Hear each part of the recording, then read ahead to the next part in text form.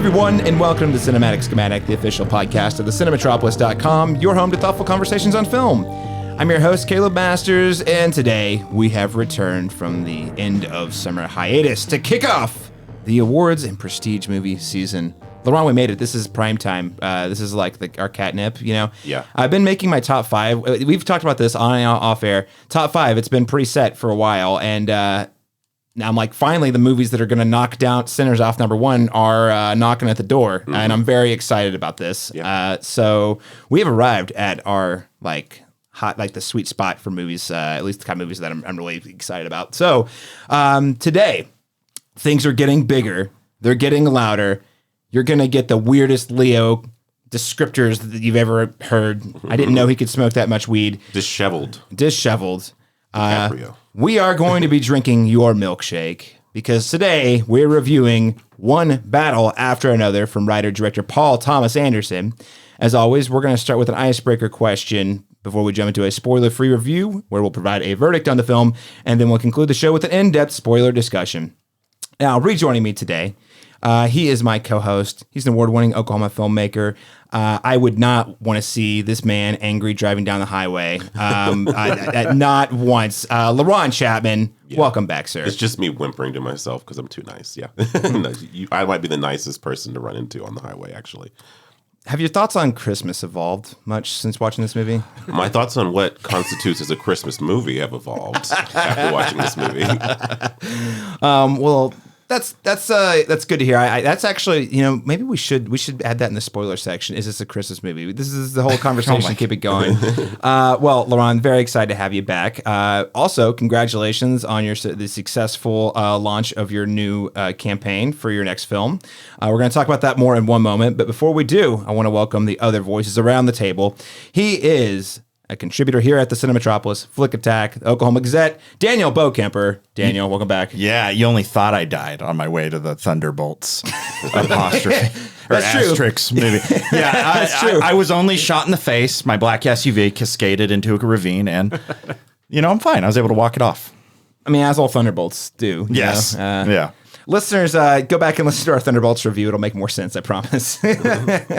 Well, Daniel, always a pleasure to be speaking with you, especially today. It's a good day to be talking Paul Thomas Anderson. I know he's one of your favorites, or at least some of his films are one of your favorites. Absolutely. To round out this review, very excited to be joined by a returning guest. Although we haven't heard his voice on the show in a while, very excited. He is at KOKH-TV Fox 25. He's also a member of the Critics' Choice Association, and his voice can be heard across many radio stations. Craig Sanger, welcome back. What's up, homies? How's life, man? How's life treating you? I have to apologize. I have been saying "What's up, homie" nonstop since I've seen this movie, and that line just killed me when Leo delivered that. And I was waffling between "What's up, homies" and "Hail Saint Nick" as a little Hail Saint Nick. Hail Saint Nick. Yeah, there we go. Sorry, Laurent. I don't think I'm allowed to. Well, Craig, hey, thanks for carving some time out to join us to talk Paul Thomas Anderson. Yes. This is a big day here on the Cinematic Schematic, and I was like, I got to get one more face-to-face with Craig Sanger, and I'm glad that we had Paul Thomas Anderson arriving just on time to bring us all together. No kidding. Well, listeners, before we get into the review, and you want to support the show, maybe you missed us while we were on a little bit of a break. Maybe you thought Jason Black had great summer film opinions. Maybe you really like that Daniel Bokemper has returned from the grave, Thunderbolt style. You can let us know by leaving us a rating and review on your preferred podcast app. The best way to support us is really going to be direct on Apple Podcasts or Spotify, but I want to call that out. We have a couple of housekeeping things I want to talk about before we get to all the great conversation around one battle after another. First up, some news that listeners who are not in my day-to-day or week-to-week, some big news. Exciting, sad, bittersweet, all the things. Me and my wife are moving to the Seattle, Washington area. So we're going to be, the show is going to undergo not disruption, but we're going to go to maybe a more lo-fi version of the show for a couple of months but we will be back in time for all the big holiday stuff. It is a personal goal that Laurent and I are still talking in the long form format, as we always do, about films like Wake Up Dead Man. That's a pretty big one for me. But we also have heavy hitters like Marty Supreme. Hamnet's a big one we're excited about. And of course, we're going to have to talk about the GOAT, Big Jim's Avatar, Fire and Ash. We can't forget that. Yeah. Of course, right? Yeah. That's weird. I forget about it until it's like arrived, and then it's like in this movie made $2.5 billion or whatever it's going to be. It makes $2 billion, and you're like, I don't know how I forgot about it. Yeah. You know? Yeah. But wanted to say, firstly, we are I'm very personally excited about the move. Very sad because Laurent and all the guests I have here in the studio, we've been doing these largely face to face for about the last longer than the last 3 years, but in this specific studio space for 3 years. Took a little break with face-to-face COVID, and this particular version of the program I've been doing since 2017. We're going to be shifting to remote versions of the program, which means we're still going to have a lot of amazing critical voices like the ones we have in the room. Maybe some folks who are not local to Oklahoma on the more frequent that we can connect with for the podcast reviews. But it is going to be a big shift because I won't be able to look Laurent in the eyes when I tell him that that's really where the Sinners magic is no longer my number one movie. That's where the magic sauce comes from. It's the eye it's contact. true. It is the eye contact. What if you become a music critic? What if you like, and you just obsess over the mountain goats? In Seattle, it would be a grunge movie critic. Is that I need to buy some more flannel, I guess. Pearl Jam retrospective podcast. Forever. I'm not against this idea, Daniel.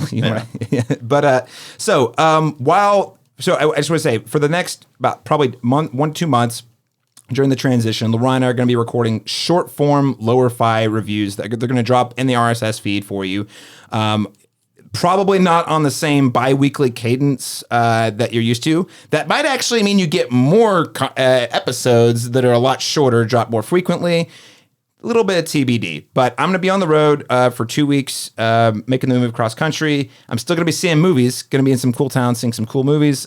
So just going to rattle off my thoughts into my cell phone, and then Laurent will rattle off thoughts on the same movie from his cell phone, and we'll throw it together for a nice little bonus episode. So we've got a couple of those that we'll do in the interim, and like I said, goal being to be by the time we arrive at Thanksgiving, that we'll be doing more traditionally long form reviews like we do here. Fellas, I'm gonna miss the face to face. Yeah. I'm gonna miss the studio as well. There's something very nostalgic about this little nook that we're in, where so much important conversations take place. Very vitally important. We are saving the future of humanity, over here. But seriously, Laurent, I was thinking about this as I was packing it up because listeners can't see, but a lot of the stuff's packed up, and man, the amount of hours you and I have spent in this room. I mean, and Daniel, you too. I mean, dozens of hours. Yeah. Maybe Laurent, you and I, maybe hundreds of hours at this point, honestly. If we're averaging 2.5 hours per show, plus the podcast after the podcast in the lobby. Yeah. Yes, there's many hours that have been spent here talking about movies, culture, art, politics, the world, everything. So. All the things. What are the chances they record another podcast in here, the new owners, just like... when we put the house on the market, it still had the podcast. We had the photos. Are you leaving the table? I was going to say, if you leave the table, they have no choice. It's like soundproof room. You want to know what's hilarious to all my friends who are podcasters? Literally, the first question is, I'm moving. Like, oh, that's exciting or sad or whatever. So what are you gonna do with that table? Yeah. I'm not even joking. I built this thing in COVID with blood, sweat, and tears. So we're gonna pack it up and take it with us. I don't know where it's going to go yet, but it's coming with us. If you've moved it up and down 3 flights of stairs twice, yes. I remember being a part of one one of those. I think God bless you. God bless you. I hope everyone bought their pocket knives to etch their names underneath. Oh yeah, their spot. Oh man, never forget. I've been doing it every time I've come in. Well, gentlemen, it's been a pleasure podcasting with you. The conversations will continue with pretty much the same frequency once we kind of get recalibrated. But I just wanted to say thank you for always making the trip to the physical location. And it's going to be a new era. bittersweet. Gonna miss this era tremendously. Well, our podcast conversations will never be the same. However, new era, new opportunity, and I'm still excited for the cool things we have ahead. And speaking of Oklahoma folk critics, we got Daniel Bokemper over here, who's just jumped aboard the leadership position train over there. So you and Chelsea will be taking that over. Just kidding. So this all Oklahoma film criticism in great hands. I'm confident. Yeah, and I'm still going to be back here twice a year to harass all of you guys. So, that's true. We're not done with you, unfortunately. Just kidding. Well, that's Caleb's personal news. While we've been on hiatus, that was happening with me. LeBron, you had some other big things happening with you. You launched, as I said a moment ago, your fundraising campaign for your next film project that's been in the work for 7 years. Yeah. To make the world quiet. And here's the thing, guys. LeBron puts up this Indiegogo. He says, I'm going to set it at $15,000. And I was like, I think you could go higher, but I'm not going to push you because I've never ran a campaign, and that's a lot of money. And you had a very sound logic, and you've done the math and the homework on why to do that. But also, within 48 hours, you had beat your goal. So congratulations. Wow. Yeah. Impressive. Very, very. Apparently, all I had to do is wait 7 years, and then people are desperate to give me money to make my projects. So, so I'll see you get in 7 years for the sequel. No, to make everyone loud. No, I'm very overwhelmed by the support that I got from the Oklahoma film and really the arts community in general. I invited, a little over 150 people, and about 100 some odd people showed up. It was damn near sold out on a Sunday night. Yeah, during the Emmys. Not that that's everybody's cup of tea, but probably some in that community, could have been other places. And so it was really nice to see that many people in that space, but also a little overwhelming.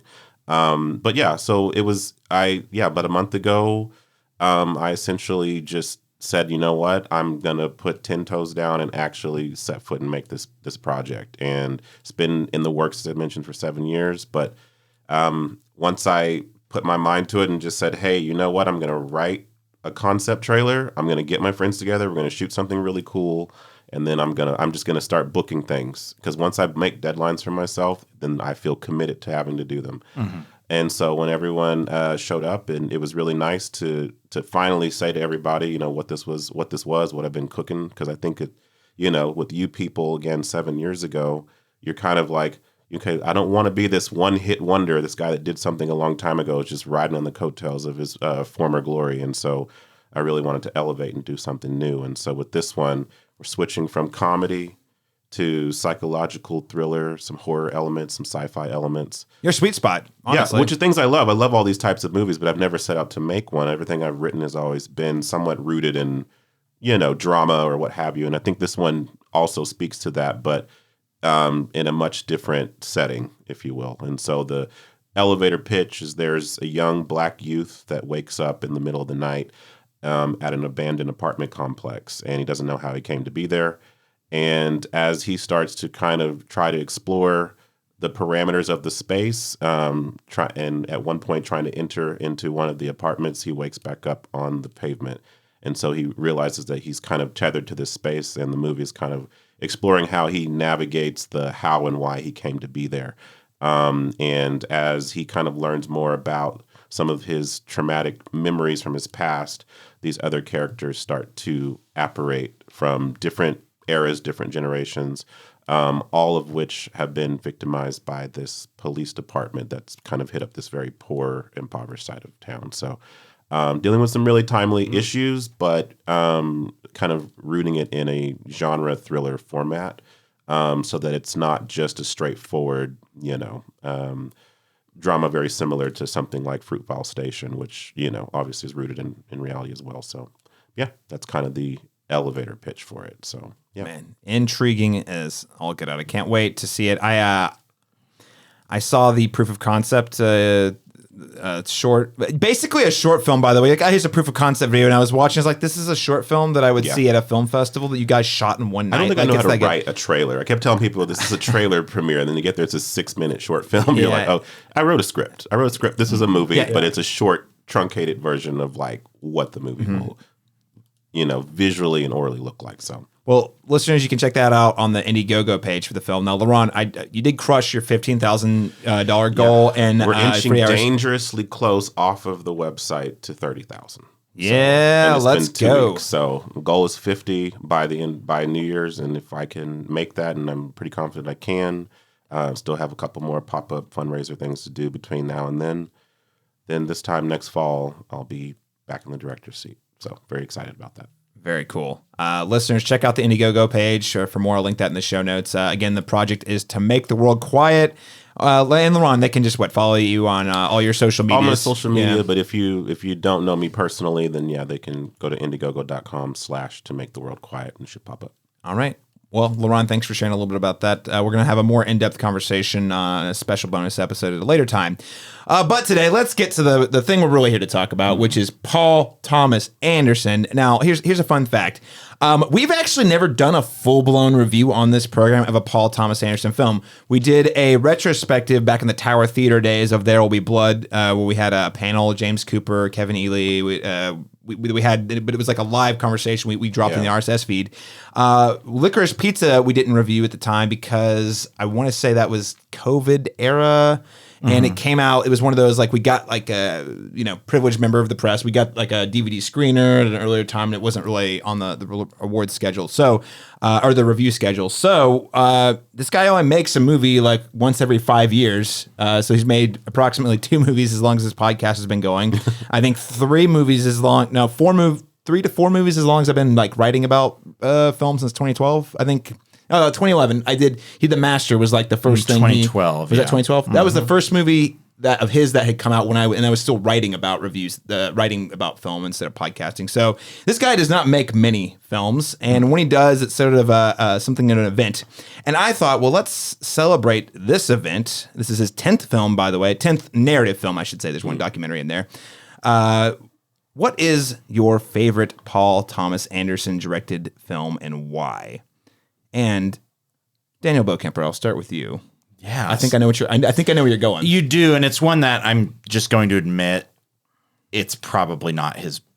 I almost would not say it's his best film necessarily, but the one that means a lot to me in that it's one of the first movies to really grab me and shake me and want to engage in film, and by extension, beg my professor for my critical approaches literature class to write about this movie instead of any book.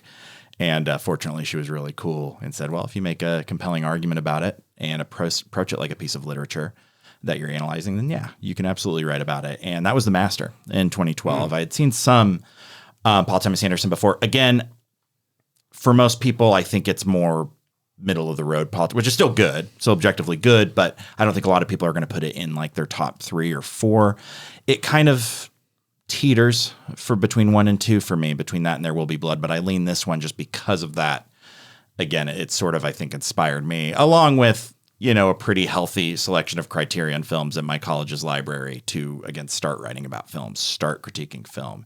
And it just has so much, and really in the ways it relates to One Battle After Another, it is a film that is very much about family and very much about, except in The Master, it's more about, our central character kind of wishes he had that, whereas in One Battle After Another, at least one half of the struggle we're seeing is someone just desperately trying to preserve that in some way.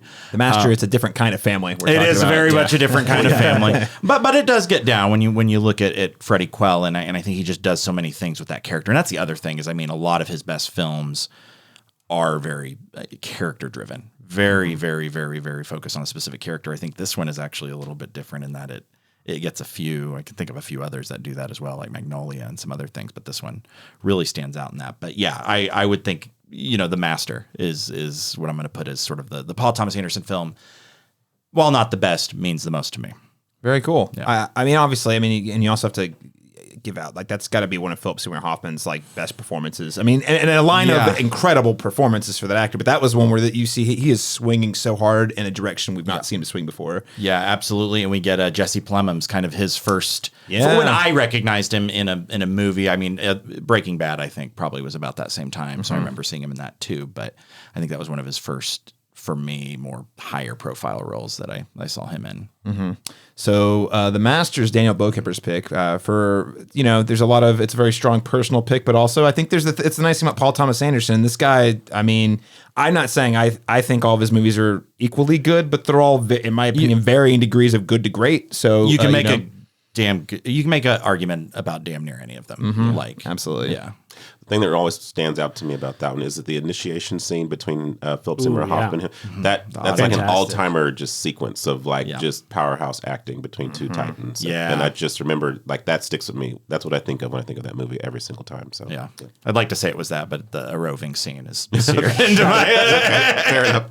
brain. For That one reasons. was a strange one because Yeah. theatrically, opening weekend, I think people were a little let down. They were expecting a little more, and then it took a couple years, and then there was an uptick of people saying, "Wait, actually, this is an awesome movie." Yeah. Its only biggest weakness, it has like a third act lull that I was almost expecting here, and was so glad that it never hit in one battle after another. But that was one thing that I think it does. It becomes a bit quieter, and it becomes a bit slower, and it's kind of noticeable. I don't see it necessarily as a weakness, but I get why, it might people might consider that a little boring. Yeah, relative to some of his other stuff. I mean, this is one of those things. This goes for Leo too. That he won the Oscar for a movie that I was like, I mean, I'm glad you finally got an Oscar, Leo. It's the same for Joaquin Phoenix. He won for Joker, which was bizarre. But I was like, but really, the Master is the one that this I felt is like like an he would have Oscar gotten. performance. Yeah, definitely. It's good. Well, great pick, Daniel Bokemper. Craig Sanger, what is your pick for favorite Paul Thomas Anderson? It's very chalk. It's There Will Be Blood. Yeah. But I had an interesting relationship with this movie. I saw this during the award push that year. Went to a screening locally here, packed. I don't know what it was, but I initially did not connect with this movie. I didn't really like it. And it wasn't until it came out streaming or DVD, whatever the release was, revisiting it, captivated by every scene. And it took me a little while to get there. Like, oh, wow, this is an amazing effort.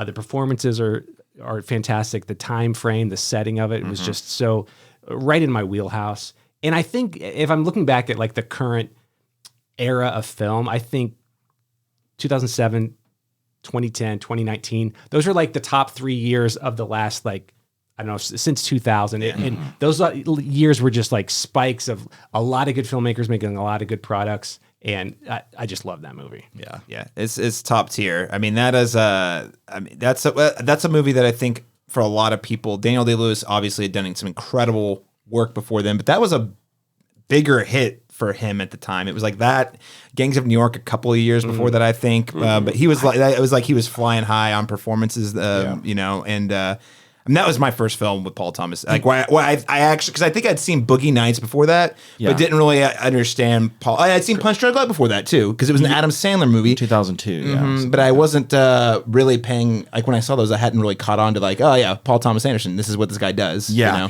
Well, and I think There Will Be Blood probably was a lot of folks' introduction to Paul Dano, right? Like, was that one of his first? Yeah. Yeah, which it sticks out. So I'm so surprised because from what I remember, I don't remember, again, not following Paul Dano, I don't remember a ton after 2007 with him until it picks up more in the 2010s. He's getting more roles, but maybe I might be wrong. He's one of those guys who has shown up in a lot of smaller character bit roles. Maybe that's what it is. Yeah. And what about the timeline with Johnny Greenwood? This must have been early in their relationship. Yes, I think so. They've As collaborated. composer. I think they've collaborated on every film since. I need to actually verify that, but they have been strong collaborators. Yeah, people don't talk about them enough either. don't. I know everyone thinks of like, Nolan and why am I blanking? Zimmerman? Hans Zimmer, Which is kind of not they're not like done ever collaborating together. Because is he doing the Odyssey? No, he's not. He's now really closely tied to Villeneuve. for Dune. No, I'm talking about the composer. Sorry, Is it Ludwig. Ludwig Göransson. That's it. Yeah, Well, that's what I meant. But in relation to Hans Zimmer. I don't know if he's tied to anyone. He's just doing Dune right now. From what I understand, is the reason they stopped working together was purely logistical. And I think, and here's what I think happened: Christopher Nolan's like, Göransson's great, and he's half the price and more available. Hey, dude, just show up. You want an Oscar for best score? I don't know. That's total speculation, but I don't think it's like we had a falling out. It's just I think it was because I remember it was Zimmer was working on Dune, and he's also in that era where he can just like tour on his name alone. I mean, with I'm saying an orchestra, but yeah, I was like, he's one of those film composers that can really just like he doesn't have to make another movie. Yeah, he's like the Diane Warren of composing. Right. Everyone's got their hands dirty with this guy. I'm bringing this back, but I'm going to bring us back. But last thing on that note, if we're talking about Hans Zimmer, F1 score slaps. I know it's just more of the same thing, but it's good. Oh yeah, it's great. I mean, but I mean, again, he's not doing anything new, but I was like, dang, it still hits. Fits the movie. Yeah. Well, I'm going to go. I'll dovetail off that. Well, actually, Laurent, did you also pick There Will Be Blood? You know, Paul Thomas Anderson is one of my top 3 favorite directors, period. You know, and so I feel like every year I gravitate towards a different movie for different reasons. Definitely as I've gotten older. I mean, like, it would be unsexy for me to say that I really do love Magnolia, and that tends to be people's mid or lower bottom half of it. And I think that it was my first introduction to him. It was the first movie I saw that kind of made me understand what an ensemble is and what you can do with that. And we even see echoes of that framework in that kind of story structure in Weapons this year, which it got referenced to several times. But I do think as the years have gone on, There Will Be Blood is the one that seems to just encapsulate what I'm noticing about the world. You know what I mean? Like, I feel like it has this rich texture and setting. Daniel Day-Lewis is incredible in it, obviously. And it feels like it's continually commenting on like the consequences of power and corruption, and no matter the era, you know, and it's also just a stunning feat of cinematography. So I do think that it's the most like all-encompassing, timely of his work. But ask me in a week, and then it'll be Phantom Thread. Yeah, I mean, I'm with you there. Also good. That's a good one. I gotta say, like the thing about Paul Thomas Anderson is he's got like a couple of different modes, and like he's you see stuff like the film we're talking about today, One Battle for Another, or There Will Be Blood.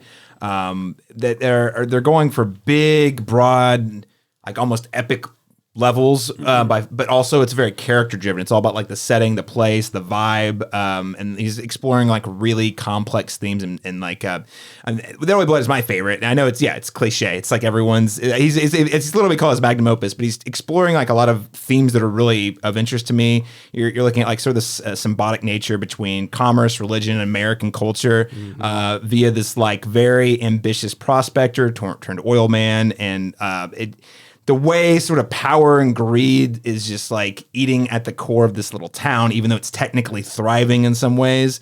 Really interesting stuff. And it feels, and we're going to talk about this more with One Battle on the other, particularly in the spoilers, but he's able to sort of like really tell American classics. Like he's not like American jingoism. He is looking at the culture, the things that are like baked into what this country is, and provides some interesting perspective on it.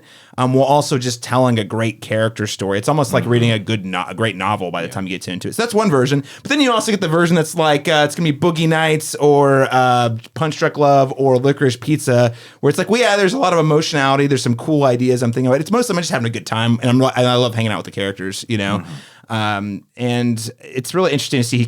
I feel like he kind of goes back and forth between those two. And I guess there's stuff like The Master where you're just like, it's again character focused, but very character driven, and it is uniquely. I mean, in that one too, and There Will Be Blood, about a different institution, but it is intrinsically American. It just happens to be focused on Scientology ultimately, which is American, very American, creation, and so I think those two modes. I would say there is some mesh between them. I think there's even elements of Boogie Nights that show up in this one to me, not in a like extremely overt way, but you are right. It feels like there are kind of those two camps, I feel like, with him. Well, listeners, what is your favorite Paul Thomas Anderson film? You can let us know by sending us an email at the cinematropolys@gmail.com or following us on Facebook or Instagram. With all that said, let's jump into our spoiler-free review of One Battle After Another. What I'm doing here is I'm creating a closed circuit. Very important to keep your cap shunted like this so you don't accidentally detonate your charge. Don't stop. I want you to create a show. This is an announcement of revolution. The message is clear. I'll be seeing you very soon. Not if I see you first. All right, so according to IMDb, One Battle After Another is described as when their evil enemy resurfaces after 16 years, a group of ex-revolutionaries reunite to rescue one of their own's daughter. Man, that is not inaccurate, but I don't like the way that was written. IMDb. Yeah, there's a few I think points omitted, but yeah. I used to think that IMDb just hired a bunch of people like off of what's that one website you can pay like $10 and get stuff off of. Anyway, Fiverr, yeah, Fiverr or something like that. I'm now convinced it's just AI writing these. This one's a tough one though. I've tried my best to like pitch this to people, and I'm like, I know that I'm saying what I'm saying sounds ridiculous, but trust me, it's good. I had to just tell Sutton the entire first act. Yeah, like that's right. I was like, you want to know what this is about? This is the and it really doesn't spoil the movie in a big way, but it is like 40 minutes of the film. Like there's you kind of have to explain. It almost feels like an extended prologue. Like, well, yeah, we'll talk more about it, but yes, you basically have to explain the entire premise before you can even get to that. Yeah, Here's what it's actually about. Incident, and then shit happens. After that. You know. So, a few things about One Battle After Another. This is Paul Thomas Anderson's 10th narrative feature, as I mentioned a moment ago. It is inspired by the 1990 novel Vineland. Loosely, did anybody read that? Loosely. No. Are you familiar with it? Yes, I tried to read it. I've tried to read 3 of Pynchon's books. He's like one of the most unreadable authors. It's like all of his setups are great. They all include some sort of like underground secret society struggle between greed and power, which themes that Paul Thomas Anderson likes to travel within. But it's just like you get to the first 30 pages and you're like, I can't do it anymore. This is it unintelligible or is it just so dense that it's like it's dense and run-on sentences, and it's just the type that you're like, I have to read this page like 3 times. Yeah. That is rough. It is rough. But apparently Paul Thomas Anderson's a fan. And maybe I'm just too dumb to get it, but what he did with this inspiration, I absolutely love. Yeah. Yes. So I think based on some of the interviews I was reading, it sounds like he basically read several or all of these novels and then cherry picked the things he liked, or even not even the story necessarily, the elements from the stories he liked, and then put them all into this script that's his story. That's what I understand. Yeah, and set at present day. Vineland is set in like the height of the Reagan era. So 80 economics, 1980s greed, and there's some similarities there. Yeah, right. This film stars Leonardo DiCaprio as Ghetto Paul Calhoun, aka Bob Ferguson. Ghetto Pat. Ghetto Pat. Oh yeah, Ghetto Pat. There we go. Rocket Man. Also, there we go. Batman. Peter Parker. Yeah, don't you know who I am? I'm part of Peter Parker. He says it with such conviction too. God.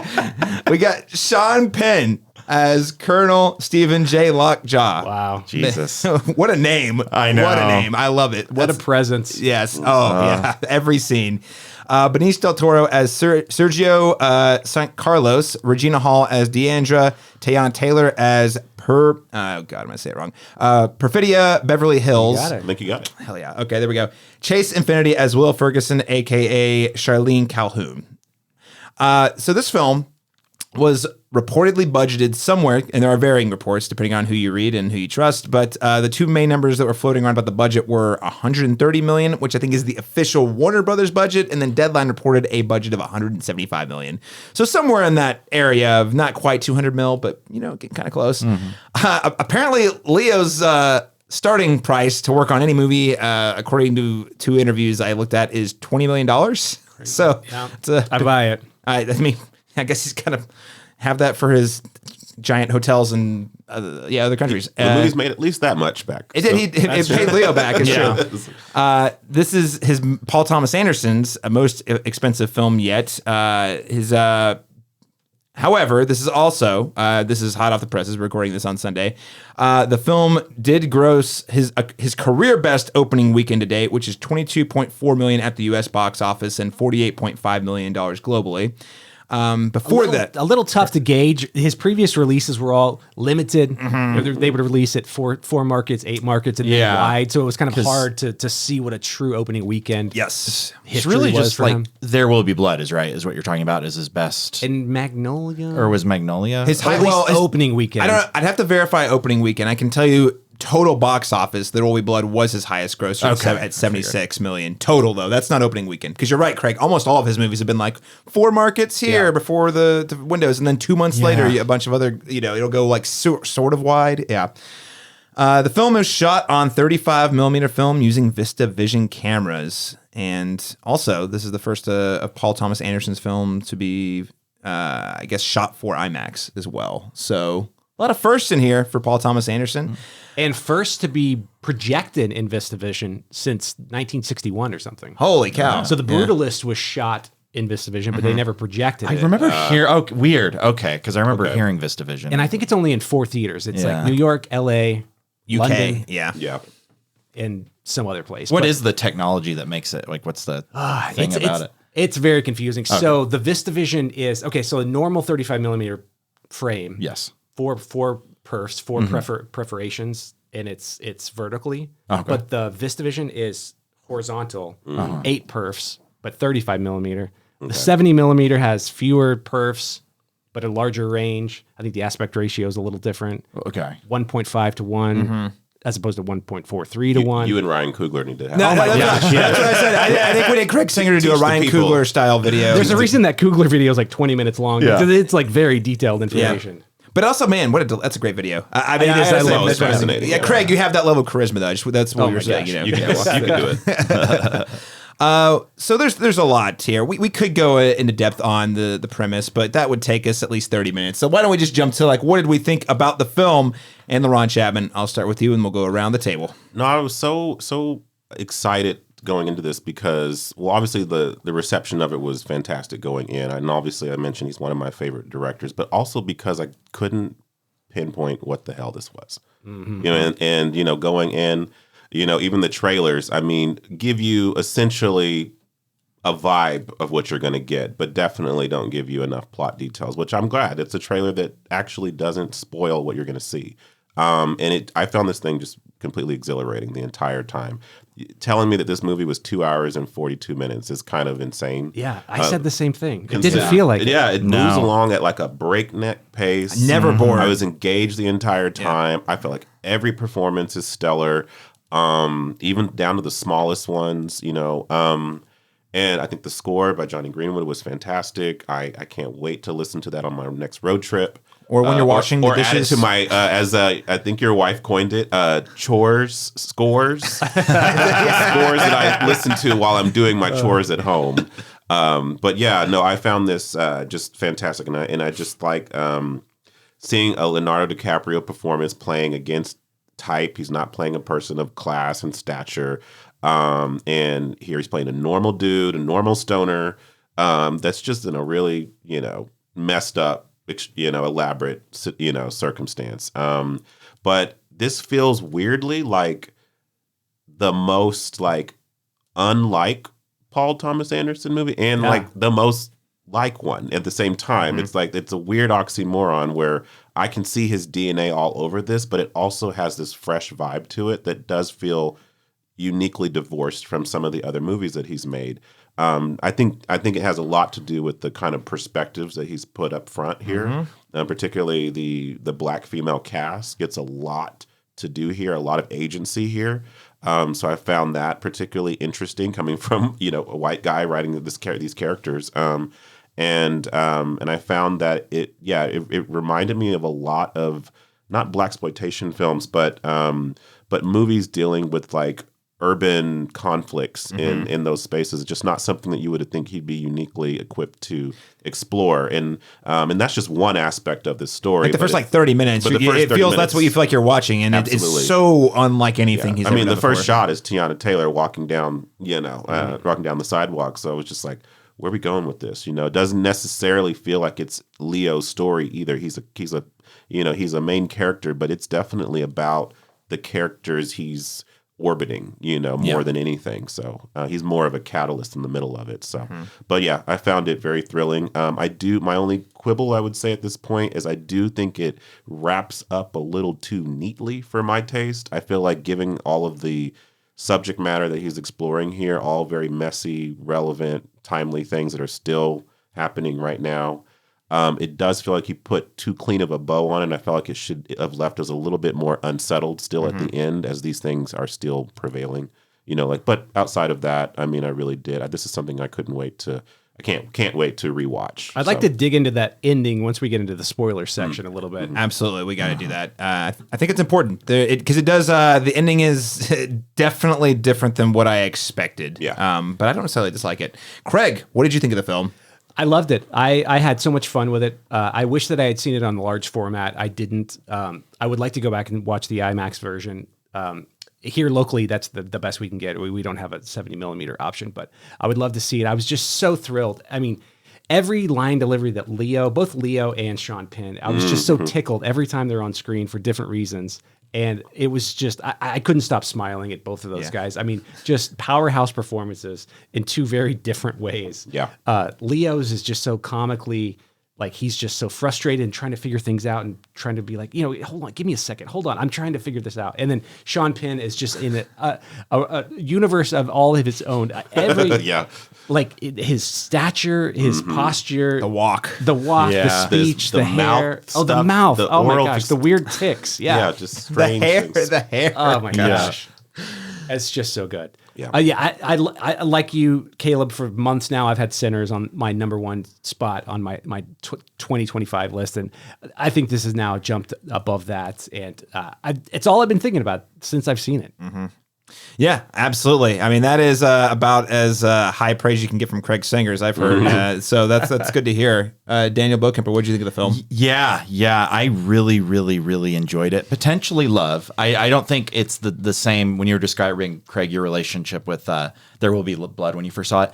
I still think this movie clicked for me in a lot of ways, but I feel like there's just a couple missing components that may fall into place later. But for the most part, I really love it. I'm going to repeat a lot of what LaRon and Craig said in that, like the pace, the energy, the momentum, the not feeling like a 3-hour movie despite being very much a 3-hour film.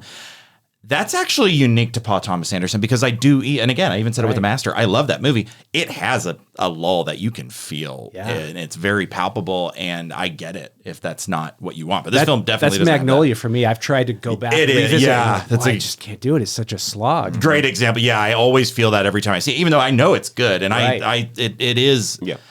Stands on its own. It's not my personal favorite, but I think it sticks out. But this one does kind of take that Magnolia energy in its moving parts, and I appreciate that. Pat, Bob Thornton, whatever Leo's multiple aliases are, Rocket Man, Ghetto Pat. He's just the kind of the catalyst and the spark, but also this pinball that's kind of spitting between the presence of. Is it Perfinda Beverly Hills? Perfidia. Yeah. Tiana Taylor's character, and then Sean's Penn character Lockjaw. They're kind of the there's like an unseen force and a very seen force that he kind of is just maneuvering between in a really good way. I don't think that means he's like non-existent.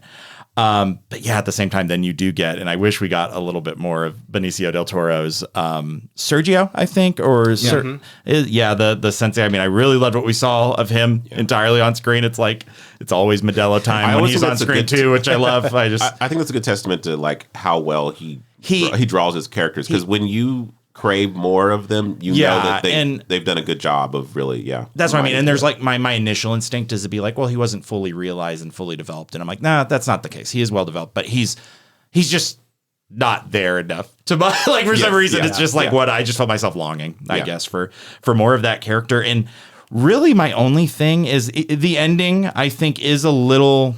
It's not bad, but it's convenient in some ways that doesn't feel earned entirely for me. But at the same time, it's a little too optimistic, a little too hopeful for my taste. And I was like, I I feel like how we are in 2025. Yeah. it was. I feel like we're too living hopeful. I feel like we're still living with the weight of what Yeah. they're talking about. Yeah. To make it seem like everything was fine. I'm like, I don't know. It's still kind of That's kind of over, like omnipresent. It's here. That's It's what I mean, and definitely I've here. seen people compare this one to Eddington Online, and that it's the not. And I like that film too, not as much as this one, but I do think that's when the more that lives in this despair that we kind of a lot of people may be feeling, and maybe justifiably. Whereas this one, maybe you could argue it's a little too optimistic, but I'm also like, I kind of want that. I don't want another Eddington in the same year, at least.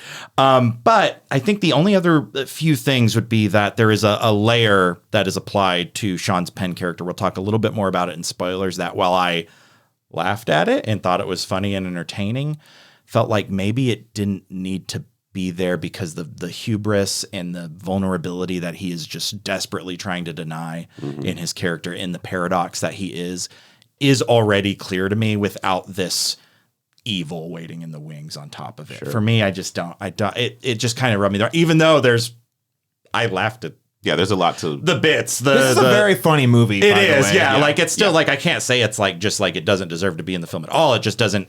For me, I felt like maybe that character was realized enough. Yeah. This extra layer didn't really do much for me. I feel like Anderson has really pulled a magic trick here with being able to keep the film at a breathless pace, to keep it entertaining, to keep it amusing, while also feeling like we are really chewing on a lot of conflicts, very and a lot big of ideas. Very big ideas. Yeah. And I think the last thing I'll say is wherever this one lands in the canon of Paul Thomas Anderson, for me, we'll get into where how we relate it to some of his other films and where it might feel for us on those lists.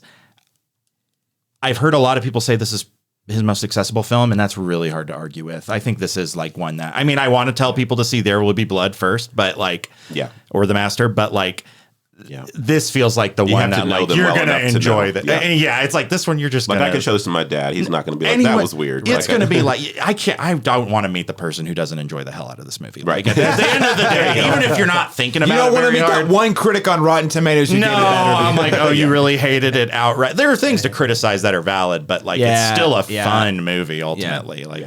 Yeah. I mean, listen, guys, this is gonna sound hyperbolic, and I can't wait for people to call me an idiot because it's gonna sound hyperbolic, but I gave this movie 4.5 stars on Letterboxd on the principle that when I put my review up that night, on the principle of like, I just can't give a movie 5 stars. I need to like sit with it for a while. And I mean, I've sat with it for 2 days, and I have pretty much, when I have any space to give to a movie, it has been thinking about this movie, trying to chew on these ideas, the themes, the performances. I think this is a 5-star American masterpiece. I'll come out and say it. Now, I know that's very hyperbolic, too soon to say, but the thing I love about it is not only are you getting all the incredible craftsmanship that we've talked about across your performers, all the cast, again, the Johnny Greenwood score is great. There are the cinematography, and I want to say there's probably 3, maybe 4 sequences that as I was watching it, I was like, I am watching an iconic scene. You know, like you know when you see it, like, I have never seen this done before,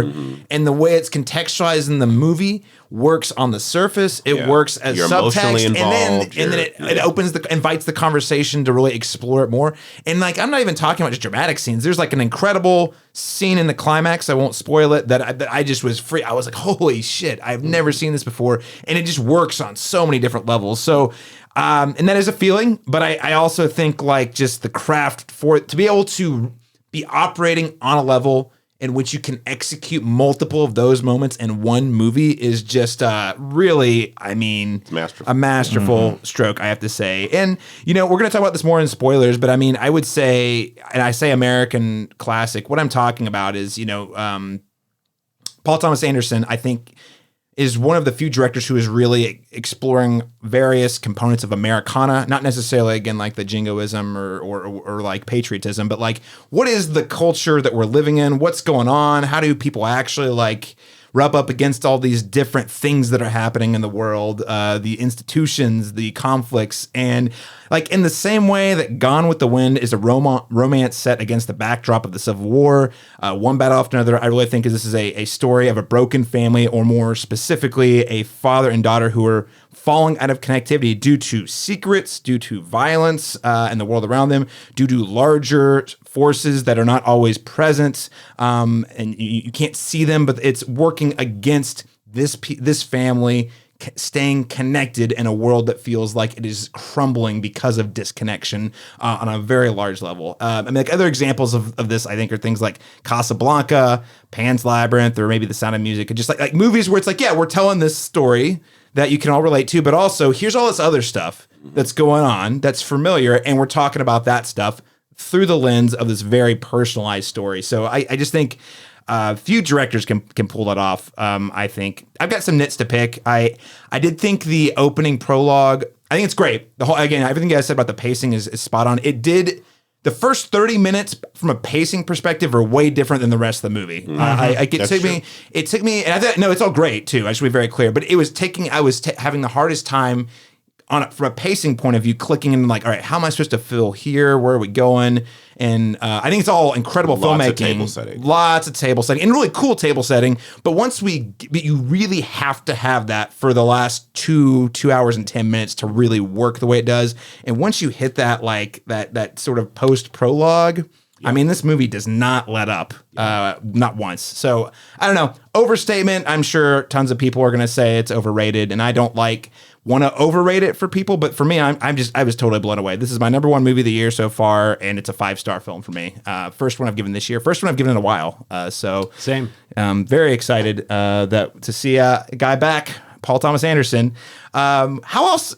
I'll throw it to you, Daniel. Though you were speaking of comparisons, you mentioned there. How would you go about comparing this? You said it's most accessible. That's good. Well, like what else would you say about that? It's kind of man. This is the one that I'm like, I feel pretty locked into my like top 3 for Paul Thomas Anderson. I admitted 1 and 2 kind of switch, but as far as that grouping is concerned, and I don't think it breaches that. Like I still really like The Master for what it is, and part of it is time. I literally saw this yesterday. It's going to take a second. This is the first film in a while. Well, I say that this year. Sinners I did want to see again pretty quickly. Last year it was Dune Part 2, but this one I do want to see quickly again, and I think that means something. But I still think like when you look at The Master, There Will Be Blood. I really like Punch Drunk Love personally, so there's that one's pretty high up there, and then Phantom Thread, of course. I have a real hard time putting it above those, but those are like for me all across the board A's if we were to grade them. So it's like I'm not putting this down and saying it's not the best of someone who has put out, you know, banger after banger after banger after just really masterpiece almost. It's like, well, what is the Paul Thomas Anderson masterpiece at this point? Because it's like we have a spoil of riches when we talk about this director. When Inherent Vice is one of your weaker films. That's what I mean. When Inherent Vice. If that's your basement. And even like Licorice Pizza, like it's easy to be like, I see a lot of people are like, this is my least favorite one. And I'm like, probably for me too, but it's like.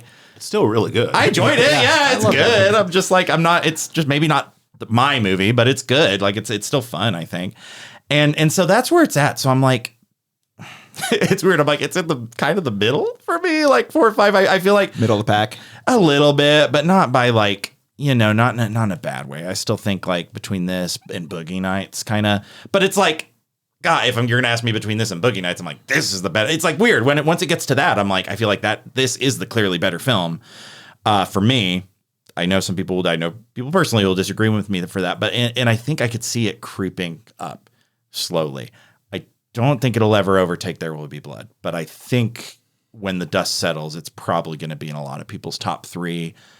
Maybe some people will put it in number 1. Again, that might be a conversation for a decade from now. Mm-hmm. Yeah, I mean, it's hard to say. We're very fresh off the film. That's the thing. Yeah, Craig, how would you go about comparing this to some of his other films and his filmography? It is accessible. Famously, I gave a review. Remember the Gilroy movie, Nightcrawler? Oh yeah. I remember like being very positive on that. Like, hey, this is a good movie, and this is. I mean, everybody knows that that's a good movie. But I remember my dad was listening to like a review that I did, and he was like, "Hey, I went to see Nightcrawler, and I think that was terrible." And I was like, "Okay, I know that you would like. I would not have recommended that for you, but this is like one of them I could see my dad going to and liking." Mm-hmm. Yeah. And that's honestly the ultimate test in a lot of ways. Will my dad watch the movie? Yeah. So dad positive. Yeah, dad positive. Would you say this is the most dad positive of his films? Well, I mean, it is interesting as a father, Paul Thomas Anderson being a father of children, he's got children with Maya Rudolph, mixed race. The movie has a lot to say about like what it means to be mixed race. How does that play into current society, and just a movie being set present day. He's always like rebuffed the idea of making a contemporary movie. He didn't ever want to have to deal with text messages, phones. And I heard an interview with him saying, it's pretty awesome to just go out into the street and shoot a movie without having to be worrying about like period cars and period outfits. And it's, it hits so many little things. Immigration, that's another one. The whole Sensei Sergio set piece. I adored that character. Just the calmness that he has, the Obi-Wan Kenobi vibe of just, ocean waves, man, ocean waves. And that whole set piece of like walking through the storefront that then turns into the house, that turns into all of this, like the hidden tunnels and the hidden people. And he's just shepherding all of these folks. You're like, well, this guy's awesome. I want to spend more time with him.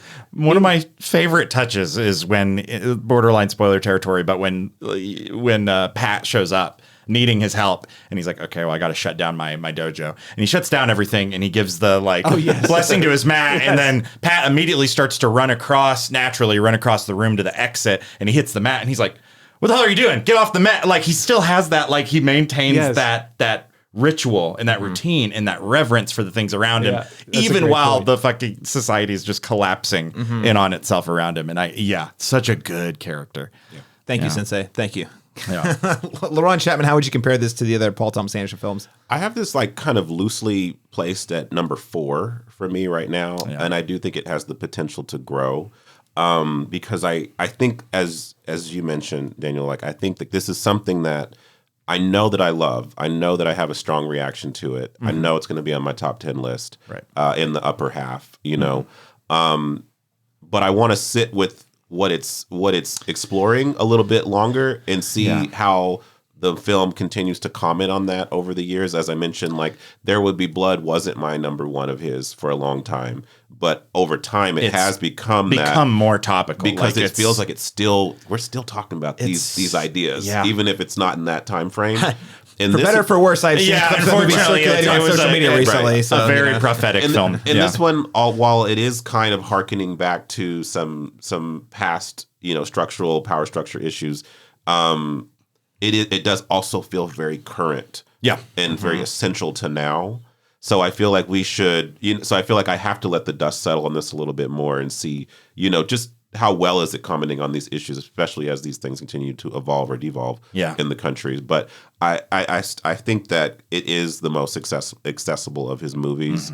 It's the one I immediately, like when it was over, I was like, I cannot wait to rewatch that. Yes. And even some of the movies that I think are masterpieces of his, many of them actually, I didn't have that immediate guttural reaction that I needed to see it immediately again. Yeah. I did eventually, but this one is like, I got to put that back on. I have to experience that again, so there's something to be said about that. So he's made something very unique, kind of lightning in a bottle. And I think you mentioned Eddington, which I've warmed on a little bit more since I've seen, but I had a lot of issues with it. And Caleb, I know you did as well. Yes. But I feel like it's doing the things that Eddington was trying to tap into much more successfully. Yeah. And in a less bleak, like that's the thing. Everything is dour to the point of like there is hope in the movie, as we mentioned.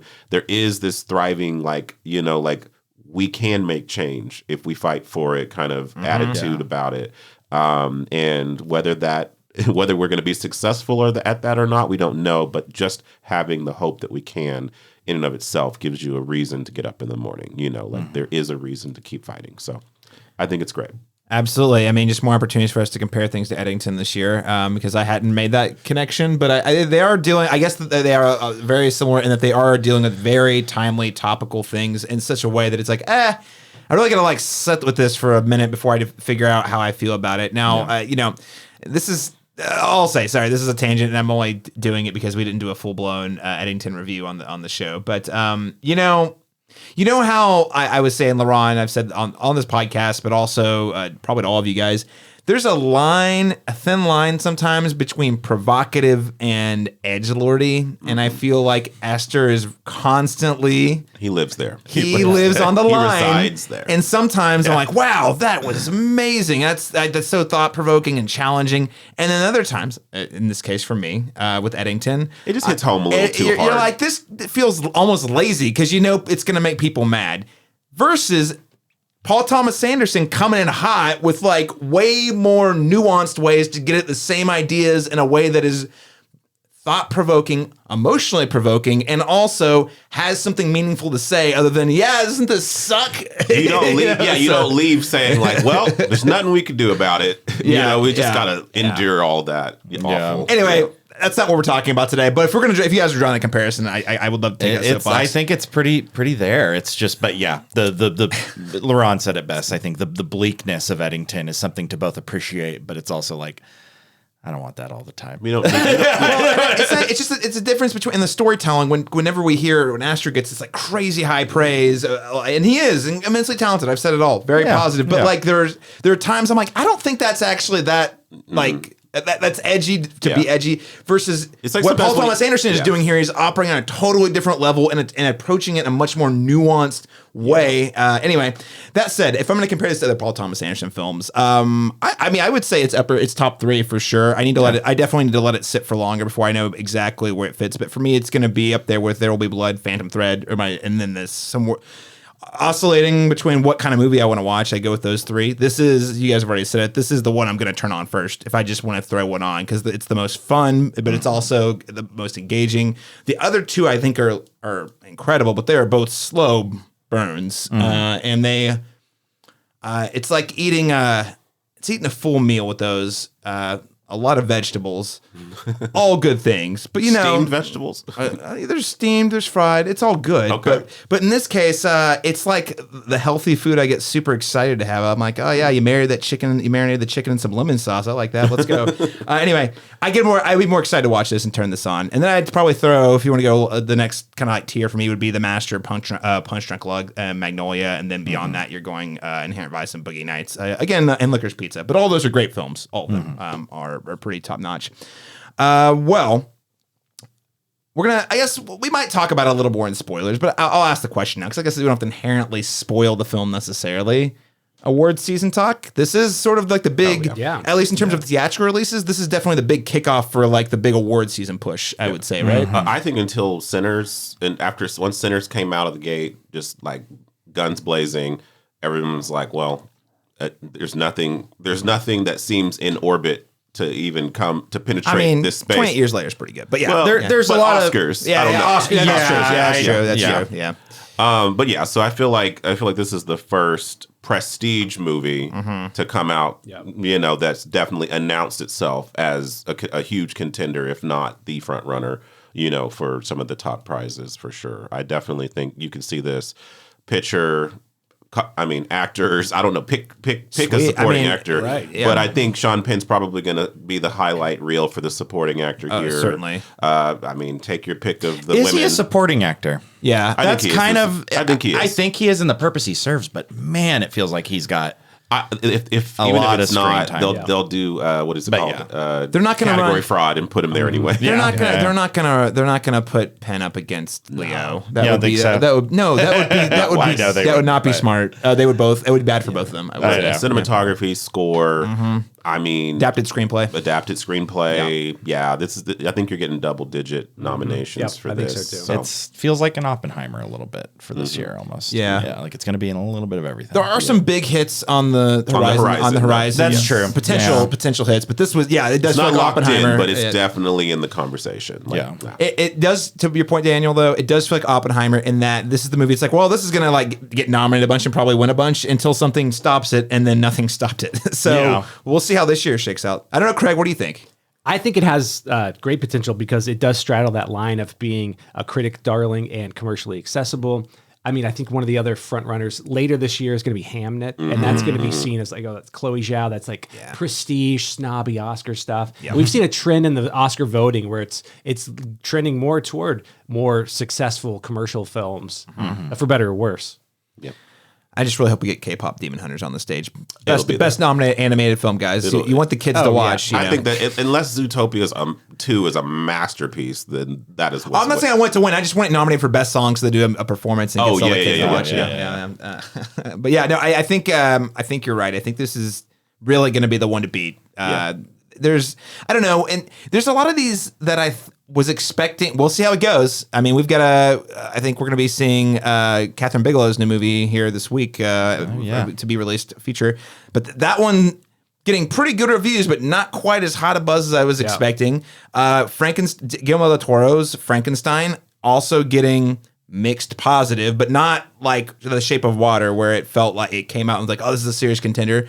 A lot of the films that I was expecting to maybe kind of also be in the same sort of like, wow, this is the one to beat, all getting kind of like, it was pretty good. I think Camden's the only other one I'm seeing that's like everyone's like, no, almost unanimous praise. So it's like, well.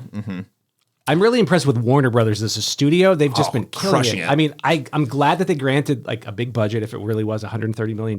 The scale in it at which it was released, over 3,000, 3,500 screens. They did the multiple formats, which is great. But then looking at like they've got 28% of the market share in gross this year. You've got Minecraft, Superman, Sinners, F1, Weapons, and now One Battle After the Other. That's a pretty killer lineup. Yeah, they're doing great. Hit after hit after hit. Like, and it's not even just and they're not even just one like hit critical after hit. another There we go. As much as we want to poo Dave's ass laugh, he hired some really great studio heads who have they've bet on it's the old school. They are betting on auteurs to just like take some big swings. And turns out when you pick the right ones, you bet the right horses, they make you some money. Fingers crossed that One Battle After Another also makes its way to making some money. We were talking about this after the film, LaRon, but I really hope this thing legs out. I hope the word of mouth keeps people like us coming back, but also getting a lot of people who might not immediately rush out to the theater to like check it out. Because I also think if you're not a Paul Thomas Anderson fan, that this might be your gateway or your one that you could be like, okay, I can hold that one, which is a unique place to be. Where, like I said, it's as much a film that he would make as it is like something that's kind of divorced from other things he would make. So it just works in that weird middle ground where it can kind of appeal to both sides, you know. So yeah. Well, all that said, we have more to talk about in spoilers. Let's wrap up with letter grades, though, shall we? LaRon Chapman, what letter grade are you giving One Battle After Another? Oh, I give this an A. I think it's a solid. For right now, I have it at 4.5 stars. I think again, it's something I can't wait to rewatch. Try and catch it one more time in one of the premium settings. But yeah, I think it's a solid A for me. I think it's a movie I knew immediately out of the theater that I loved, and that's a rarity. You know, like instantly. Also, maybe you should when you're giving your rating, throw this out there too. What format did you watch it in, LeBron? We watched it in the Dolby Atmos theater. So yeah, which was I mean, I feel like I prefer that to our city's version of IMAX, unless it's at the Warren. But that's a long drive. That's a long drive, and I'm sure it was playing there. But you know, Dolby is my like sweet spot, especially for spectacles and anything I know that where the sound's going to be revving. And we had so many scenes with this where that was necessary. So, well, as our friend Jason Black said in our last episode, Dolby or bust. I mean, at this point, that's how I feel about a lot of these like big event movies. Craig Sanger, what format did you see the film in? How would you rate the film? General digital formats. Oh, wow. I will go see the Regal Warren IMAX version. And A+ if you do the pluses. Yes, we do. You know, my beef with Letterboxd, I hate the 5-star format. I prefer the 4. I do too. Roger Ebert did the 4. Leonard Maltin did the 4. That's why. Yeah, the same reason for me is like 5 feels... It's perfection. It's like I can't. 4 seems like a more right. There's more weight to say like, oh, this is a 2-star film or 2.5 star out of 4. Yeah, and then you're watering it down with the more stars. So it's a 4-star A+ for me. Excellent. Nevertheless, the highest recommendation, Daniel Bokemper. Yeah. How did you see the film? Oh, how did I see it? Same as Craig, standard, but I do want to see it in IMAX bare minimum. I'm going to try and make it to the Warren. Sometime while it's still running. It's just October's looking pretty stacked, so we'll see if that happens. But as far as my letter grade, I rested on this forever. I was at B+ for a while, and I was just like, but I felt myself having to come up with like why it's not a great film, and then I need to catch myself when I do that, because then I'm like, I'm having trouble like picking those. Daniel, you're allowed to those like battles. You're allowed to say you love the movie. Yeah, I know. I do, and I generally do. And so I'm giving it an A- for now. It will. I could see it appreciating, but for right now, there are just a couple things that rub me a little weirdly. That we'll get into the spoil. Really, one big thing that I feel like was a little unnecessary, but otherwise, I think it's an excellent. And for me, that's still a fantastic film. I guess that's where I land. Is like it's hard for me to say A+ because I'm like, well, nothing's perfect, and that's okay. Even though I do have a couple A+ films, I can't remember what I gave Dune, but one of those I did something really high. But yeah, I would say A- for now. I feel pretty good in there, but that's me saying go see it. It's excellent. It is among the best of the year. Probably is as far as the things that I've seen. And it'll probably age. It'll probably get better with time, like There Will Be Blood. I think so. Yeah. I mean, that's where I'm coming from because I'm also going to give it an A+, which I don't do lightly. But I really wanted to sleep on this one, at least for a couple nights, and I hesitate. I'm also, Daniel, to your point, the reason I gave it the 4.5 on Letterboxd, and I'm almost like, oh, A+, that feels too high. I was for a about movie to I ask just you saw. about that, but I wanted to. You're coming to it No, yourself, but the thing about it is the things it's doing it's operating at such a level in so many ways. Yeah, it's not perfect. Perfect is not the word. an A+ doesn't mean perfect. But it is so exceptional in so many ways, and I think we're going to be talking about this movie in 20 years. Like it's just doing so much well. So I'm going to say A+, and I do want to see it again in IMAX, but I did see it in the Dolby Cinema, and I got to say that sound was pretty cool. I think you guys are with me. You silently protest the fake IMAX that we have locally and refuse. Yes, I do. I do, and also it makes it easy when their seats feel like they were put in there 20 years ago. Yes. They were. Yeah. Well, listeners, I guess the last thing we should do for if you want to recommend something else people can check out, either while they wait to rewatch one battle after another, or in the meantime, what film, television show, video game, song would you recommend? I'll throw it to you first, Craig. I wish we hadn't already touched on this. I was going to come in with the Addington take. I think it's a good double feature. The themes of the police state, the military state, protesting. And you can see how the two filmmakers handle those topics in much different ways. I was pretty positive on Eddington and having a history of not really like digging the vibe of Ari Aster movies before that. But I thought that was funny at times, and that Joaquin character, it gets to a point where, okay, this is just pure comedy, where there's some similarities between the Sean Penn character and the Joaquin Phoenix character from these two movies. They take themselves so seriously. Oh my gosh, yes. They both have very distinct walks, as I recall, as well. Yeah. And then I thought it was interesting. I love the fact that PTA did his bit on Turner Classic Movies. Did you see the film suggestions? So he did a list of 5 films. They ran back to back on TCM, and he did a little intro with Mankiewicz, and it was great. So you had French Connection, The Searchers, Battle of Algiers, which they play in the film, Running on Empty, and Midnight Run, which I think you could kind of see like little pieces of each one of those, and it makes sense that why that would those would resonate with them. Yeah. Oh, great shout out, by the way. I appreciate the TCM. Did not know about the series, but now I got to go back and check out the interviews on YouTube. Yeah. That's very cool. LaRon Chapman, what would you recommend? So 2 films came to mind. The first one was Spike Lee's Black Klansman came to mind when I watched this. That infiltration of it, the dealing with something again that feels very at the time and even still feels very current, feels very urgent, very topical. More current than now. But I feel like the one thing I did want this film to do, as I mentioned, having a little bit of a quibble with the ending, and again, it doesn't kill it. It's just something I felt like I feel a little too inspired right now, and I don't think that's true to the nature of where things are. Let's put it that way. And I felt like with the end of Black Klansman, that movie reel of all the archival footage of the Black Lives Matter protest, such a powerful like epilogue to that film to say, hey, yeah, this story is ended, but the fight's still here. Here are some images from yesterday, of how this is still reverberating throughout history. And I needed one thing like that, even if it was just a scene or a line or something like, not necessarily the lead character taking a selfie. Like it just kind of felt a little too chill for me. Yeah. But that being said, like that's one. And then also a movie I've recommended to you, Set It Off. Which they drop. What they drop. Yeah. There's a reference to it at the beginning of the movie when the ladies are doing a little heist thing.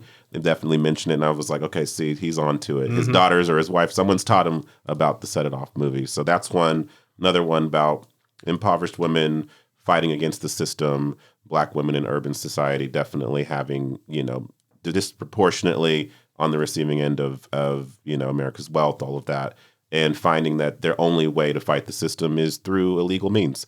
And they feel vindicated and justified in that. And when you watch it, you understand why, and so lots of echoing of themes from those two films. So, yeah. Mm-hmm. Well, very good. Love that recommendation. Would not have pegged Black Klansman in relation to this movie, but I appreciate it. And we're going to talk more about that ending here in just one moment because there's a lot on the table, it seems like. Daniel Bokemper, what else would you recommend? So one thing this film just does really well that I am a sucker for in movies and TV and video games and books, the development of a nemesis, like a really just strong antagonistic I knew force. it, Resident Evil 3. There we go. Exactly. Yeah, Resident Evil 3. Colon Nemesis. Yeah. Man, I should have wrote that. That would have been funny. No, I think of the films that have a good nemesis, a good enemy. I'll stop. You gotta wait for the Resident Evil movie, Caleb. It's coming soon. Not by the P.T. Anderson. Who is the guy who directs the other PWS? Paul W.S. Anderson. W.S. Anderson. That's right. Not the same. Definitely not the same. I like both of them. One of them is significantly better than the other. I thought about saying Resident Evil 2 when we were talking about our favorite Paul Thomas Anderson movies. That's but that would have been fun. But no. So my actual, I'm gonna, Caleb, I'm gonna dig into one of your favorite films, probably a favorite film of several people here, but Martin Scorsese's The Departed. Oh yeah, has a great nemesis development, just like really really powerful in that. And then I think Cape Fear, his remake of Cape Fear, the Robert De Niro's character. I see some Lockjaw, in the Robert De Niro's character in Cape Fear. I'm blanking on the name of the actual guy himself, but he's a lot more of just like this unstoppable monster kind of. I think Lockjaw, you do get a little bit of humanization that goes a long way. But yeah, I do think those two, The Departed and Cape Fear, I just really like how they create these two forces that are about to just absolutely collide. And in this film, they don't quite collide in the way we think they would. Still, they do, but we don't get a true face off in that sense. But we'll get into that a little bit more later. But the other film I like, as far as the very topical about a lot of problematic things that we have been dealing with for a while, and we're still continuing to deal with now, the refugee crisis being the main one. And I couldn't help but think of Alfonso Cuarón's Children of Men when I was watching this film, especially, and I think as far as also the approximate placement of the, in this case it's the car chase, but for Children of Men they have that long take, that 10-15 minute run through a city. Shout out, that's my husband's favorite movie. So. Really? Craig, I knew Craig had good taste. But yeah, I think Children of Men, I just think that little bit of hope it gives in a very otherwise bleak setting. And I think this kind of exists in a again, very bleak setting, but unlike Eddington, it ends on a hopeful note. And I think Children of Men does too. Children of Men is still, horribly tragic in its ending as well, but it's really happy too. It's hard not to kind of cry. You see the conflict behind them, but you also see the light at the end of the tunnel. You do. Yeah. I mean, they have a pretty, we'll talk more in spoilers. The sentiments of that movie is very similar to the sentiment of this movie. I think so. Yeah. And that's where I find it. So yeah, I would say Children of Men. Really, really a good pairing for this one. So I am going a route where I think, again, like I was saying earlier, I think I love about this movie is it's exploring a very specific component of Americana, the sort of challenges as a nation that are we're all experiencing at various points in our personal history, but also so it's a huge chapter in our whole history. There's three movies. Number one is actually the arch nemesis. Speaking of There Will Be Blood at the Oscars that year, that was No Country for Old Men, a movie that's a Western. It's really exploring quite a lot about justice, crime. There's a lot of overlap. There's And then I brought it up when we talked about Eddington. That was the other movie I would constantly, when I was watching Eddington, I was constantly thinking about No Country for Old Men in that one movie as well. And I think there's a lot of overlap here. And the way they're exploring these much bigger ideas through the lens of very specific character stories and almost like chase sequences. Again, we'll talk about more spoilers. The second one, Laurent, something you said made me think about this. Think of crime and women hustlers. Another we're exploring like sort of like, what do women who do not have the means? What do they do to get the means? Using the system to their advantage. Sort of tackling that head on, and which is a very, very real, very current, and has been current for a while. Uniquely American take on that problem that we get in that film. And lastly, I'd throw out Sicario, which if you're looking at like the border crisis now, also featuring Benicio del Toro. Not a perfect movie. He's not as peaceful and chill in that one. He's a little. I listen. I love that movie, but he's far from tranquilo in that movie. He goes the end of that movie. He goes. I mean, at the end of that movie is where it kind of goes off the rails for me a little bit. Did you see that? Was the second one any good? Day of the Soldado. Day of the Soldado. It's good. It's not as good. It's fine. It's not as good. Okay. It's kind of like a nice. Yeah, sure. I mean, does it? I didn't know. I was like, does it need to exist? But I don't know. It feels like an extended scene that's a feature. Yeah. But it's not necessarily bad. I might check it out. No. It does not retroactively harm the previous film. Yeah, Okay, that's what's right. But yeah, those are my three recommendations: No Country for Old Men, Hustlers, and Sicario. It sounds like we're really itching to talk about this ending. So, listeners, if you do not want to be spoiled on one battle after another, go ahead and tune out now. If you have a milkshake, and I have a milkshake, and I have a straw, there it is. That's a straw, you see. Watching. And my straw reaches across the room and starts to drink your milkshake. I drink your milkshake. I drink it up! Don't bully me, Daniel! Did you think your song and dance and your superstition would help you, Eli? All right. So at various points, we've talked about this ending. Daniel has one. I know you have one specific thing that's not the ending, but with the Lockjaw character, it wraps up that character. So I'm going to break this into a couple different components. What did you guys think about? Let's talk about the specific ending in which basically the film concludes with Leo's daughter, Chase Infinity, reading a letter from her mom that he had been holding on to for a couple of years. And it gives off this very sentimental, like, yeah, I was not a good mom. I was selfish, yada, yada. I also couldn't fix it I couldn't fix things my way, but I believe you'll be able to find a way to fix it, which is really sweet and optimistic in a world that is increasingly, current world feels bleak. So I'm curious, and Craig, you spoke about this too, so maybe I'll throw it to you first on this one actually, but like, how did the ending land for you? What do you think? And do you like, sort of where it leaves the characters? I did. I thought it was pretty impactful hearing the voiceover again. The relationship was very sweet between Leo trying to be a good dad, also trying to remember all of these things that he's supposed to be remembering as part of this revolutionary outfit. Yeah.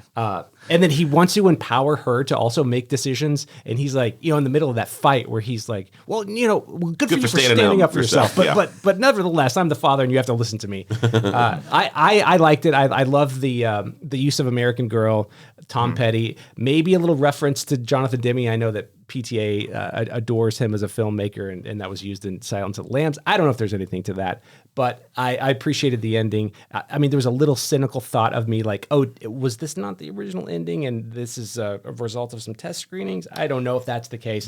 I had the thought, though. The film did get okay. This is fun fact. I didn't put it in the notes, but this is I think the first film Paul Thomas Anderson has had test screened in since Boogie Nights or something. It's like, and there were different cuts that they tested. Okay.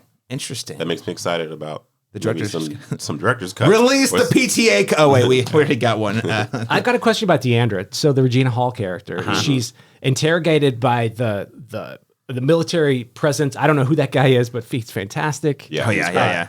And he basically says like, "Hey, you got to rat, or you're going to go home." And by home, I mean like rot in the prison cell. And then we see her getting into a car. I would assume that they were going to get rid of her, kill her. So the fact that she's still alive, did she rat out the rest of the French 70s? I don't know who's left. There's a lot of ambiguity about her character and then Tiana Taylor's character. Like, did she die? Did she just go to Mexico? Did she just go to Mexico and then fade away? It's not really ever explicitly said. There's a lot left there. I kept maybe this is hokey, but I kept expecting her to pop up at the end. Or just show up at the end like, okay, I'm here to do the right thing now, or something like, and that just doesn't happen. Yeah, I kind of like the way they did it with the letter, though. I was going to say, I still felt like way it more a bit. impactful, because I was thinking, because my wife and actually I had people on both sides of me saying, yeah, she's going to show back up at the end. And I was like, yeah, mate, probably. And then she that would doesn't. seem like a false note. That's how I felt. It wouldn't feel like it fit. It would have breached. Like it would have been too saccharine for me at that point. Yeah. Well, and here's the thing. I think what makes that message at the end sort of really hit for me is,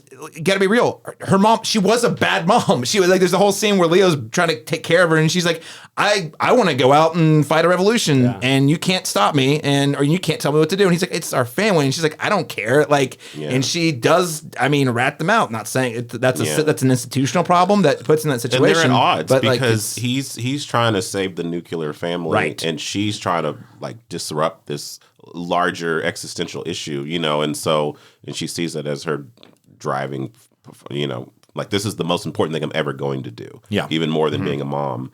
Interesting thoughts and on, he doesn't feel the same, so. Her thoughts on postpartum, where she's like, I'm not the number one girl anymore. This little baby is. Mm-hmm. I do like that line, because that's the thing we don't actually see explored all that much, and it's very real. Yeah.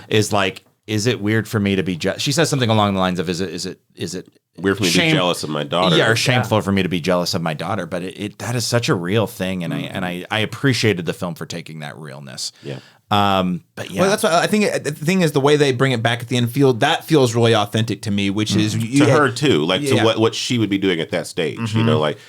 It wouldn't feel right for her to have come back. It feels like she would have written a letter, meant it. It would have been poignant, but she wouldn't have. Well, she also acknowledges her shortcomings without actually having to directly deal with the consequences. Kind of a cop out, but it's also for her personally, earnest for her. Yeah. I mean, that's why I appreciated it, because it does the sentiment of the note is really optimistic and potentially a little too much depending on who you are. But for me, what it was an acknowledgement of the complexity of these relationships, because at the core of the movie, it is Leonardo DiCaprio, it's Lockjaw, and it's Chase Infinity. These are the characters that the movie is really revolving around. Yeah, frankly, almost all the side characters, I was like, what happened to them? I mean, Sergio I guess he got arrested, maybe but he stalled to allow for the car chase to happen. Love that dance. It was so good. It was so good. And I'm just be very clear. I'm satisfied with that being the case. Also with Regina Hall, it's like, well, we don't really know, but I'm like, yeah, she was a supporting character in their story. I don't necessarily need to know all of the, and even truth is, they never would have probably found out what happened to her. Right. We as the audience members wanted to, but the characters probably never would have. Right. Yeah. The scene at the dance with Regina Hall and Chase Infinity in the bathroom, so the good. Reflection. I mean, I was floored. So tense. Yes. So tense. I'm so happy to live in a world where Regina Hall is being taken seriously as a dramatic actress, because another one of those people on my list of people. I'm like, guys, she's doing some amazing comedic antics in Scary Movie. But I'm telling you, she has range. She's done so many indie things that I don't think have gotten the attention. And now that she's in a P.T. Anderson movie, I'm glad people are like, yeah, that's Brenda from Scary Movie. I'm proud. She grew up. She grew up. Also, I just want to call out. I think it's awesome that Paul Thomas Anderson basically made a movie about black women. At least in the forefront. And it wasn't lazy. This is really the heart of the movie. That was really cool. Daniel, I know we're going to talk about Lockjaw stuff here in a second. Not that kind of Lockjaw stuff, but wait. I'm not invited to that podcast. Different podcast. What did you think about the note at the end, the letter that Chase Infinity reads? I think it feels. I do think it feels earned. I don't think it's inappropriate. I do kind of like that. I've heard that note about P.T. Anderson and not wanting, to worry about phones and modern phones at the end. So I will say I'm dialing a little bit back right before that letter is revealed. But Pat fumbling with the phone and not knowing how to take a selfie is kind of felt to me like a bit of a director's note of like, these are why these things are like annoying. It's actually just Paul Thomas Anderson wrote himself into the movie. Yeah, that felt like a little autobiographical. Not that I'm like, he knows how to use a phone, but besides my point, it's funny. I don't know. Him and Christopher Nolan, I'm not so sure they do. Maybe from what not. I hear. Maybe not. But I do feel like it's earned. There is a part to me where, like, for the purposes of the characters and everything they've been through, it makes sense that Pat would be like, you know what, Willa, is he calling her Charlene by the end of the movie, or is he still calling her Willa? I don't. That's the thing I need to watch it again. It doesn't matter. When It's they call besides White, yeah, his daughter, yeah. Charlene. Sean Penn, when he sounds like a black name. Oh, God. Oh my God. It is my grandmother's name. I love black women. Like, that's such a weird grocery store interaction. I'm like, oh my God. Yeah. That is weird that that's the only scene that they share together. Well, right? and I was, and that's where I'm like rub against we'll get into it a little bit, but the white supremacist cabal. That's where I'm like, I feel like they took away from Lockjaw in a way that I didn't like. Really? I thought the scenes were funny, but I don't think he needed that to be. No, I think he did. And here's the thing. No, yeah. Those institutions are already overt enough that him simply We live in existing America 2025, Daniel. It is not overt enough. No, it's actually it is really not overt enough. No. Clearly. There isn't secret bad guys. They're fucking there. They're just fucking there, and we get to see them. We don't have to worry about the secret. And that's where I'm thinking, like, this guy would totally just naturally kind of be this person and be this domineering. I don't think there needs to be. I get the motivation of like, but I could be in the like purest upper escalons of this like. No, that's what makes him weak, though. That's what's beautiful. It shows how weak he is because he already needs the weak. approval of these other pieces of crap. Him simply having a fucking fetish that he discovered while being held hostage is enough. I don't know if he discovered it while being held hostage, but it feels like I kind of do. I feel like that is enough for him to be the vulnerable paradox of a character. And if you take out some of that stuff, then you have a little bit more developed. Because I'll say this too, while the movie isn't about this, so I'm not going to belabor that the French 75, we needed a little bit more about their doctrine and their ideology a little bit. And I also I'm very hesitant to say I want more lore because usually you don't like that. I usually don't. Yeah. It's like the whole Gollum movie that's going to apparently come out. And I'm like, why the No. I love you, Andy Serkis. But no. Don't die on this hill. Don't make a Gollum movie. Hey, okay, you say that, but you know what? It might be good. Hold on. I don't know. If us making the trade of getting one bat off the other made because we get a Gollum movie to pay for it, I'm actually becoming increasingly okay with that deal. So and I guess for me. And it's hard. It is hard, Caleb. For the purpose of for my deepest heart of hearts, I feel it's unnecessary narratively. But for the if anything, the dumb semen demon line that comes at the end. I don't know why. I'm like, I just thought that was hilarious. I popped for it. I thought it was funny. But I don't know. I don't know if I think his weakness and his contradictions are already baked into the character, and they are realized enough that extra layer, both it takes away from what I thought was going to be a potential showdown between the two of them. Again, even the questions of his orientation. There's that one line, that throw off line where like, why is your shirt so tight? It's like, I'm not gay or anything. Like he gets very defensive. Very defensive. That's what I mean. That. I'm like there's layers to it where you can see that this man is someone who lives shrouded in secrecy, even with his own insecurities about himself. He already feels like a dude with power who's being honored. And for some reason, I guess for me, I feel like nowadays too, and what I feel like is the more topical and more poignant point is somehow that isn't enough. And you need more and you need more. And yes, while the existence of this Cabal secret society is something that you can get a lot of screen time, you can do a lot of things with, you introduce different characters, you can introduce weird, fun scenes in that. I think for the purposes of the character, it just didn't do much for me for him. Okay. I'm sorry. And so that's where I'm like, and I feel like that it takes up a lot of air. in the movie. I'm sorry that something you away don't from it. like Christmas, Daniel. I know. Yeah, I hate Christmas. Just say you hate Christmas. I'm sorry I shouted at you. That was a really long way I'm of me just tired. saying I'm I tired of hate fighting. Christmas. It's gotta fight the Christmas battle every once in a while. Well, I like that. Let me say that I like the fact that he got all bent out of shape about the sisters of the brave beaver also, and they were like, oh, they're nuns that sell pot, and he's like, is that a joke on God? Yes. Yeah. Oh, yeah. That's the thing. Like That's what he's you're offended about it. Yeah. Yeah. He is. But that said, we still get a very very frail, iconic Sean Penn late Yes. career performance, reminding people why he's a 2-time Oscar winner. Yeah, it's absolutely exactly right. Yeah, absolutely. The moment, I mean, gosh, the moment when he's walking, it cuts back to him walking away from the car. Our whole theater, it was a collective, no effing way. Yeah, like Blood-soaked, walking like It's that inaudible like It was a gasp laugh T2. It is was what a T2 moment. I know, yeah. Terminator. He's coming out. Yeah, Like, yeah. no way. Well, Craig, what do you think about Christmas? I mean, are you a fan? I love that whole subplot. I love Okay, Jim yeah. Downey. I love the fact that former head writer of SNL for a number of years.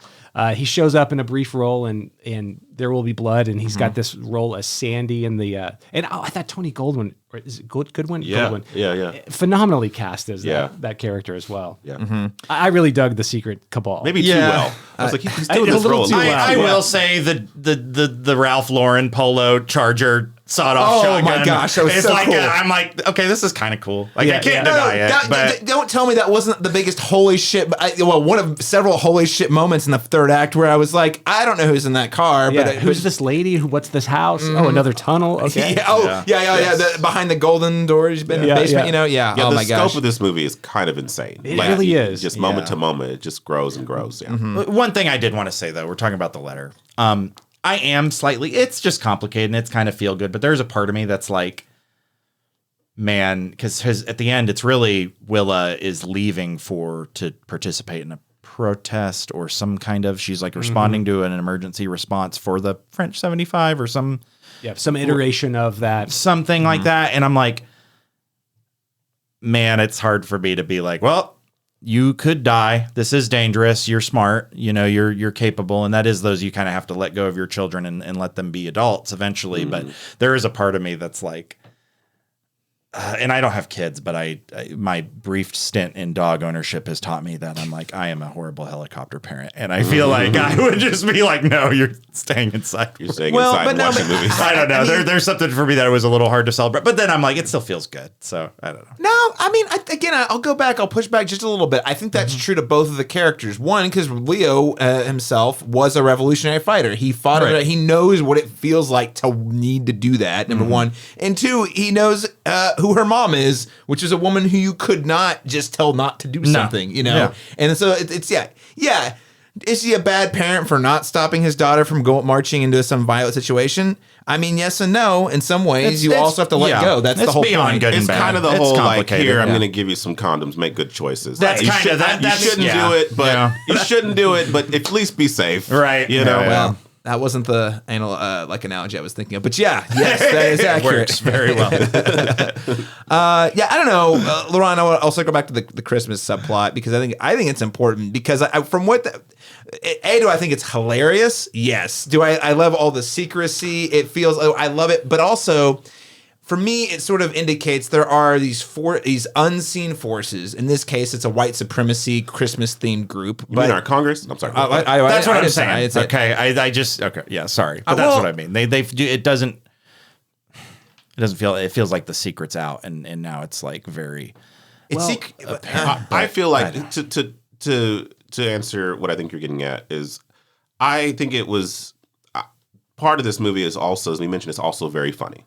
So it's also a black comedy in many ways. Yeah. And I felt like exposing us to the inner workings of that world and stupefying it to such a degree, you know what I mean? Like making it, satirizing it in a way to see the absurdity that something like this exists and yet it still is so present, And evil. Even though it's all funny, all those scenes are really funny, but then and these they guys probably are terrible. talk just like this. You know what I mean? Like I would not be surprised. I would not be surprised. It may not be called Christmas, but I'm sure it's something Snow White, something. Yeah. So I appreciate it as a skewering or as kind of like a parody of that of that universe. So to show other people kind of because how I deal with topical subjects in my movies is finding a way to make the things that make me angry make people laugh. You know what I mean? Yeah. Like, and so I felt like he straddled that line well enough where it didn't go too far into dopey, while also that ever present feeling of evil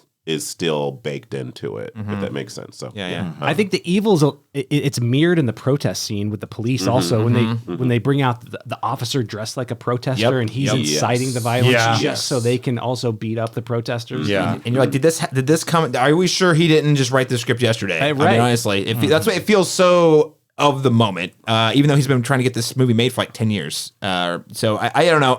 I really like it. Yeah, Daniel, I hear what you're saying, and I'm not saying you're wrong to say that there's terrible things happening in the open. But I guess my point being is a lot of the things driving the violence are things that are not visible. There are people that you might not even think to take seriously who are very capable of doing detrimentally evil things in a coordinated way. in a coordinated way. Or in the case of the Lockjaw character, what's interesting about him is he wants to be in that club so badly that he will literally send an entire army onto a sanctuary city so he can cover up the fact that he's not a fit for their club. Like the degree of pettiness and abuse of power, like these are things that are very present and real in the world we're living in today. So to see it done in a movie in such a yes, it's funny comedic relief, but there's just something chilling about that being, and that's why when he gets shot in the face out of nowhere, you're like, these guys do not screw around. Like if they think you're out, they will annihilate you. Yeah.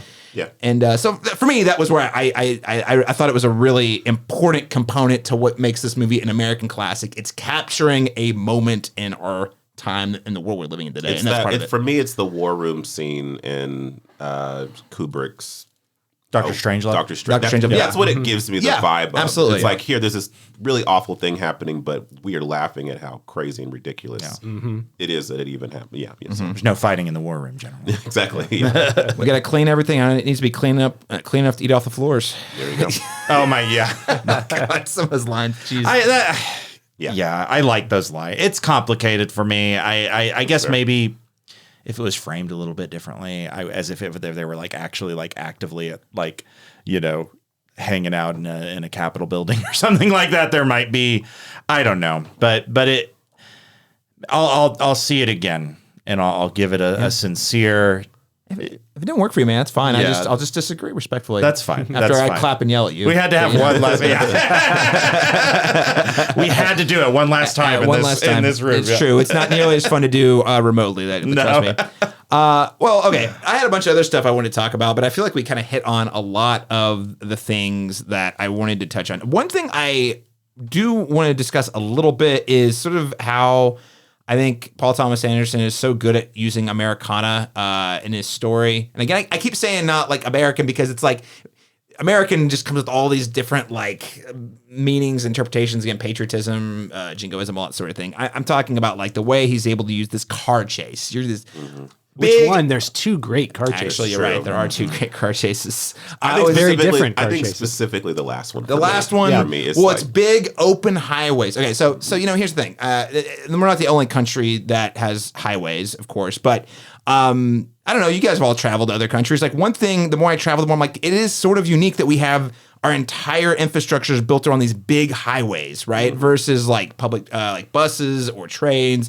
And so I think it's really interesting when you see this car chase happening in the middle of the desert, and it's just these two cars, and the camera's floating. It feels, and one of them is a very nice sports car. One's a giant truck, you know, like SUV sort of thing. It just feels like a thing that you're like only in America.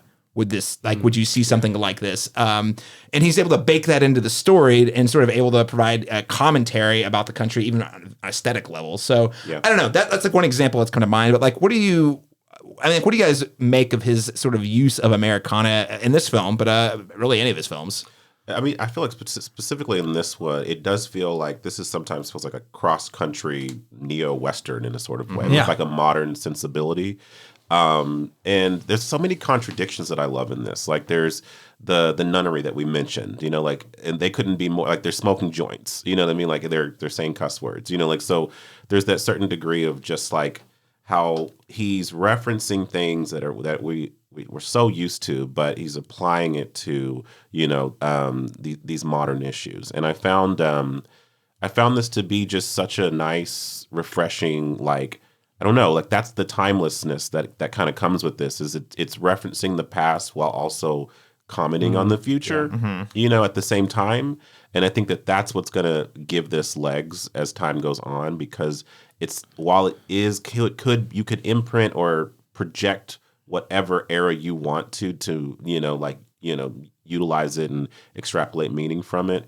It still also will always just kind of exist as a model, for the issues at large, So I mean, frankly, if you're a millennial listening, I mean, you're talking about border crises, you're talking about civil unrest. Like, these are things that are somewhat not specifically unique to America. A lot of countries have dealt with these in varying degrees, but this is a thing that, as long as I've been definitely an adult, but basically alive, always in the news. Those things, perpetually. And so it's interesting how it has not always been this case in all of American history that this has been top of mind, but these are big pressing issues for the last 25, 30, 40 years. Craig, you were saying earlier, the novels were written based on the Reagan era, and it feels like this movie is set current day mostly, but it feels like it could also be set any time in the last 20 years and it would work. So to speak to your point about the timelessness, LaRon, I feel like he's able to use the time, the place, the issues to really kind of capture the zeitgeist, not in a year or a couple of years, but over like a 20-year period. This is, I think you're going to look back in 50 years and be like, what were they thinking about then? What was going on there? Well, here you go. There you go. Yeah. Sort of timeless with the, forgive me, I can't remember the tracker's name, the Native American tracker. Oh, yeah.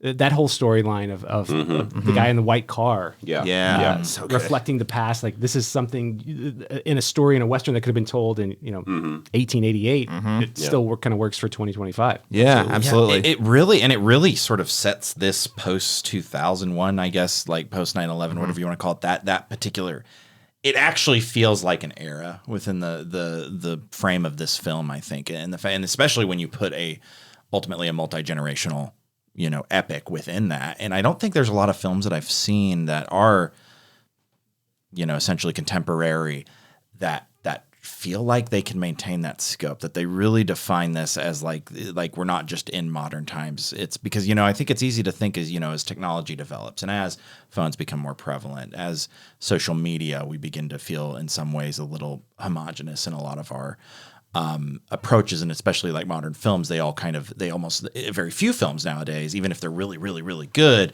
don't always feel timeless if they're of our time. But this one is the one that does feel like it really, to your point, Caleb, it encapsulates the era we're living in now, and it's kind of neat to be able to have that feeling. At the same time, we are still in it very much. But I do agree with you in that I think that I cannot think of another film that's going to be as definitive of this 20-25 year period we're in, this quarter century, as this film. I think it's going to be really hard. Like, what other films would you point to? Because it's not just like, again, a couple of years. You're talking like 20. That's what I'm years. saying, and that's I think where this film has a lot of staying power. Is it really does a really good job of just capturing this point in time. It might be Eddington. Eddington might be the other one. To be fair, I'll give it. I think we even said this when we had a chat about it. As much as I have warmed on it a little bit, and I think it's going to age very well, actually, because even though that movie really makes me angry for a lot of reasons, the thing it does, it definitely captures not a 20-year period, but a 1 year period of we all lived through COVID in 2020 to 2021, and that movie still triggering a lot of us. Like, this is what it felt like, and I think that's gonna that movie's valuable for that reason. I would say. I think it captures the mood and vibe of that time frame. The issue that I think you and I both have with this is I don't think it has much to say about it. It just presents it. Wasn't that crazy? It doesn't really say, like, wasn't it terrible? Wasn't it terrible? Wasn't it awful? Wasn't this? Do you remember when everyone was paranoid and everybody was going down conspiracy spirals and all this? I was like, I remember it was awful. Do you remember the AI companies? All these tech companies just showed up and set up data centers everywhere where no one was paying attention. I just wish it had a stronger point of view about that issue. He didn't take a stance one way or the other. He just kind of shows this side thought this side thought that, and this is how they all ate each other alive, how they all cannibalized each other. Back to doom scrolling. we're going to stay positive. We're going to stay. I'm going to stay a little farther away from the news. But his portrayal of Antifa in that movie certainly did not do the popular conscious any favors about what Antifa is. So that's where I felt like he was teetering on irresponsible. But that's a different conversation. Well, let's bring it back to this movie though. One battle after another. What would you guys say? I gave it the American classic label, and I'm not necessarily asking you to agree or disagree, but what would you say, from your points of view as film critics, defines two parts? What defines an American classic, and do you think this movie falls? Where do you think this movie falls in relation to that? How you would categorize that? Because I know for myself, the way I know there's probably some sort of like formal definition, but I'm thinking about films that capture, reveal something about a culture, the world it's set in, that has not been explored, at least in that specific manner before, and it's usually done with incredible craft and a new and inventive way that you haven't seen in cinema before. Now, that's very vague, but because there's a lot of different ways you could successfully do that. It could be a performance or performances with an ensemble. It could be cinematography. It could be a writing script, usually a combination of these things. So that's sort of like in terms of the basics of what I would call a classic. I throw that to set the table on kind of where my head's at when I'm looking. And if you add the American spin to it again, and you're talking specifically about like, what is the Americana about it? What is uniquely American that maybe isn't being covered in other films? LeBron? Yeah, I feel like it has to synthesize timely themes and the notes I have here that when I thought about this question has to synthesize timely themes that resonate across generations, cultural backgrounds, and is artistically pushing the boundaries of the medium. And I feel like that's what this accomplishes very well. We kept saying it's kind of hard to describe to anyone. It's about so many things. You'll understand them when you watch the film, but it encapsulates so many things at once. And it's appealing to many, many different perspectives. It's giving agency to marginalized characters. It's talking about the larger power structures. It's talking about the patriarchy. It's talking about so many issues that are uniquely American, and drive everything from our commerce, from capitalism. Everything kind of goes back to this same umbrella. All of our problems exist in this structure that we all acknowledge, but we still feed into in some ways, and so in that little bit of resistance that that we put on those things, when we resist doing that thing, or we protest that thing, or we say we're not going to do that, or I'm going to be a better person, I'm going to evolve, I'm not going to use those words anymore, I'm not, those kinds of things. When we become more aware of those things, is when you get a film like this, when it's giving you kind of a pathway forward out of that oppressive system. So I think that answers your question. Maybe, I think so. Maybe, yeah. You laid out some parameters, then you talked about how the things this movie does that kind of like falls within those parameters. I think that's a very detailed description, Laurent. Craig, when you think of a classic, and how do you define a classic? I couldn't sum it up any better than Laurent just Sorry, did. guys. That was amazing. What is the filmmaker trying to say about society within the environment that the movie is being released? And I think on its face, this thing works as a movie that you can laugh at. It's a movie that's thrilling, it's compelling, it's got action, it's suspenseful, and it's upsetting. It's upsetting, and it's actually saying something about a lot of marginalized groups in society, and it has a message is there if you want it. But if you also just want to go and have fun, watch Leo sit on the couch and smoke pot and say funny things, there's that too. Mm-hmm. Yeah. Well said. You can have your cake and eat it too a little bit, depending on how whatever mode you're in when you want to watch the movie. Yeah. Daniel, anything you want to add? Yeah, Laurent did it pretty well. I will add one extra wrinkle to that, and I think of, because for me, it's going to check a lot of my boxes and what I would consider a classic film, and it does it in ways that other films can't, even when I think some films are trying really, really hard to be that. I think like Benjamin Button really wants to be a classic film, and it seems to, on paper, have a lot of the things we would define as, an American classic in a lot of ways, but it doesn't, for me, it doesn't quite get there, almost because it feels a little too forced.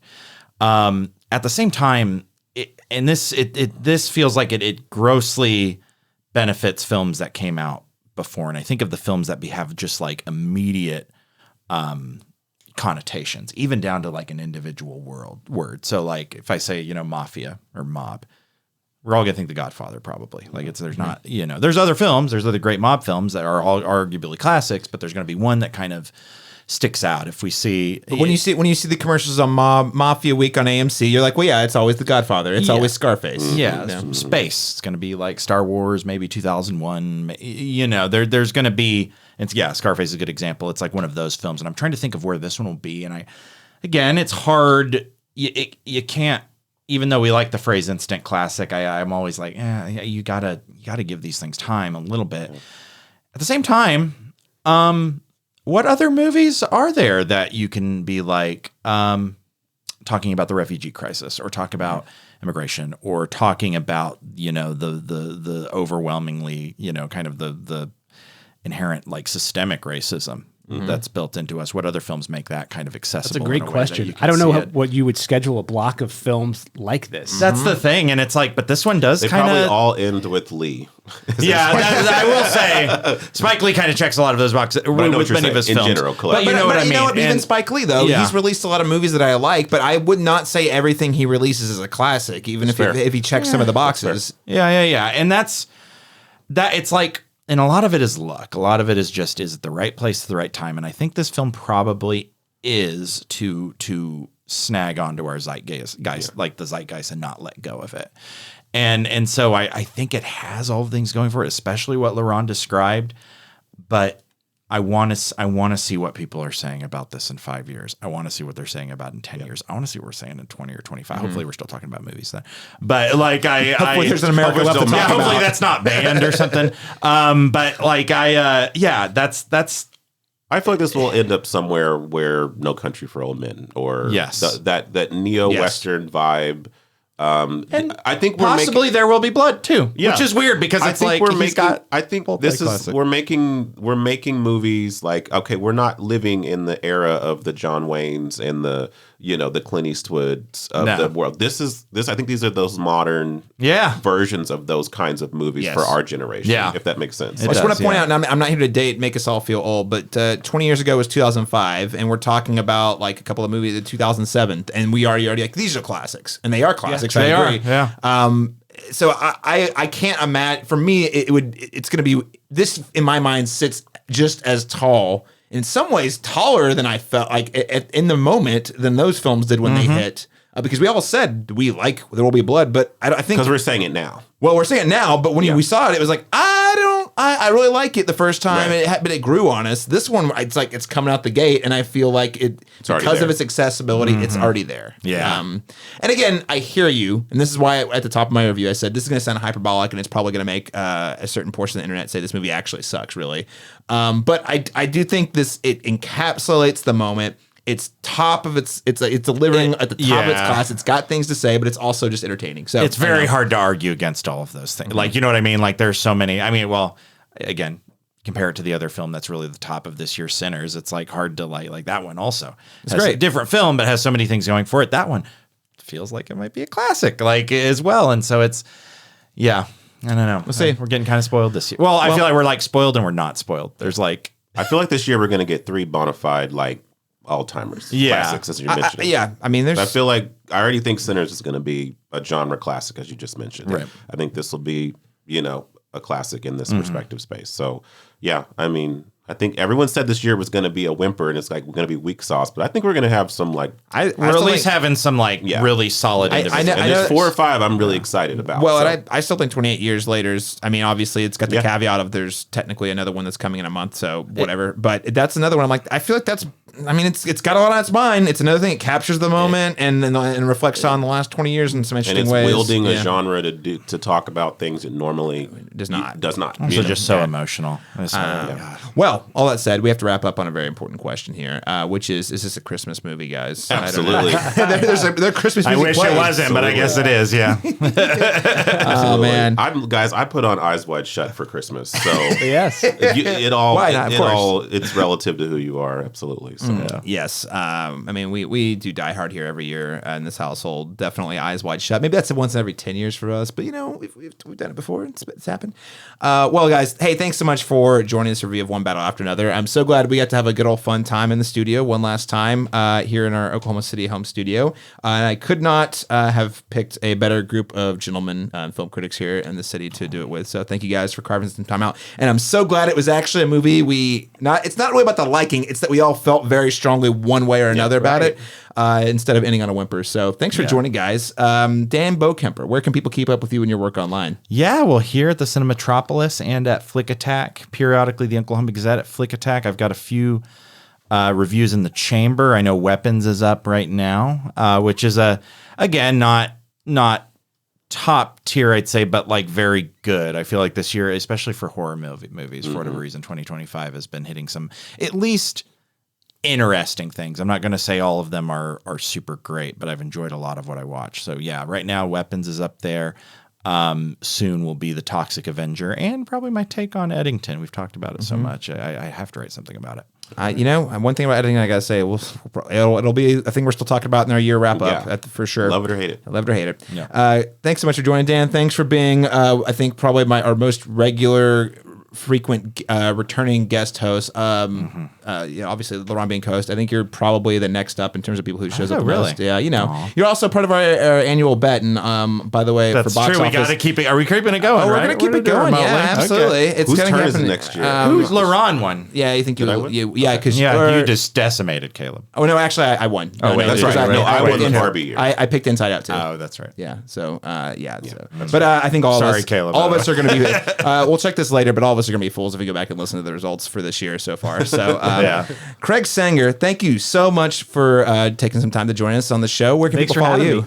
I've got weekly segments, TV and radio in the OKC market, and you can follow along on Letterboxd at Craig Sanger. Excellent. Check it out there. He believes in the 4-star rule, by the way. I'm glad you clarified. I'm glad you clarified. Do you only rate on Letterboxd and 4 stars? Yes. Too? When I tell you he's speaking my language, what he said, I'm also only want to do 4, but because it's there, I do participate in it, but I do it begrudgingly. Yeah, I will say that. I'm glad to clarify because I saw Craig gave it a 4-star, and I was like, oh, he didn't like it. I was like, he liked it, he didn't love it, but then you came out, this is one of the best things this year. I was like, okay, cool. Yeah. Let's start a new movement, guys. Yeah. Get Letterboxd to 4 stars only. New movement. I am on board with this cause. Laurent Chapman, where can people follow you and all the work? Man, I'm going to be so steeped in making a movie and all of that. So that's coming up. So, but I will not skimp on writing some reviews and also staying pretty active on Letterboxd, black_center_man. And of course on the Cinematropolis as we get recalibrated and you get adjusted to your new setting. We'll still have some things. We have some things down the pipeline, I think, even pretty soon. So, so you can keep up with me there. Awesome. Well, Laurent Chapman, thank you for being my co-host, showing up every episode that you're not working on a movie. Literally, I don't know how you do it sometimes. You find the time slot, you're like, I have 5 hours. I can watch this movie. Guys. I can sleep for 2 hours, and then I can come to a podcast. But thank you for always showing up. Can't wait to continue the conversations. They will be remotely, so a little more removed, but they will continue nonetheless. And again, listeners, for I would say about the next month and a half, it's going to be some lo-fi. It's going to be a little different programming, but you're still going to get the movie takes from Laurent and I in their RSS feed. And we'll be back at it again just in time for the end of the year. So you can keep up with me online, all the things, Letterboxd, Instagram, at CMasters Talk. That's letter CMasters Talk. Or just keep your eyes on thecinematropolis.com. Thank you so much for joining us, everyone. Thanks for tuning in. Again, the next few weeks of the show are going to be different, and I hope you enjoy the ride right alongside us. I promise I don't have a sawed-off shotgun. Until next time.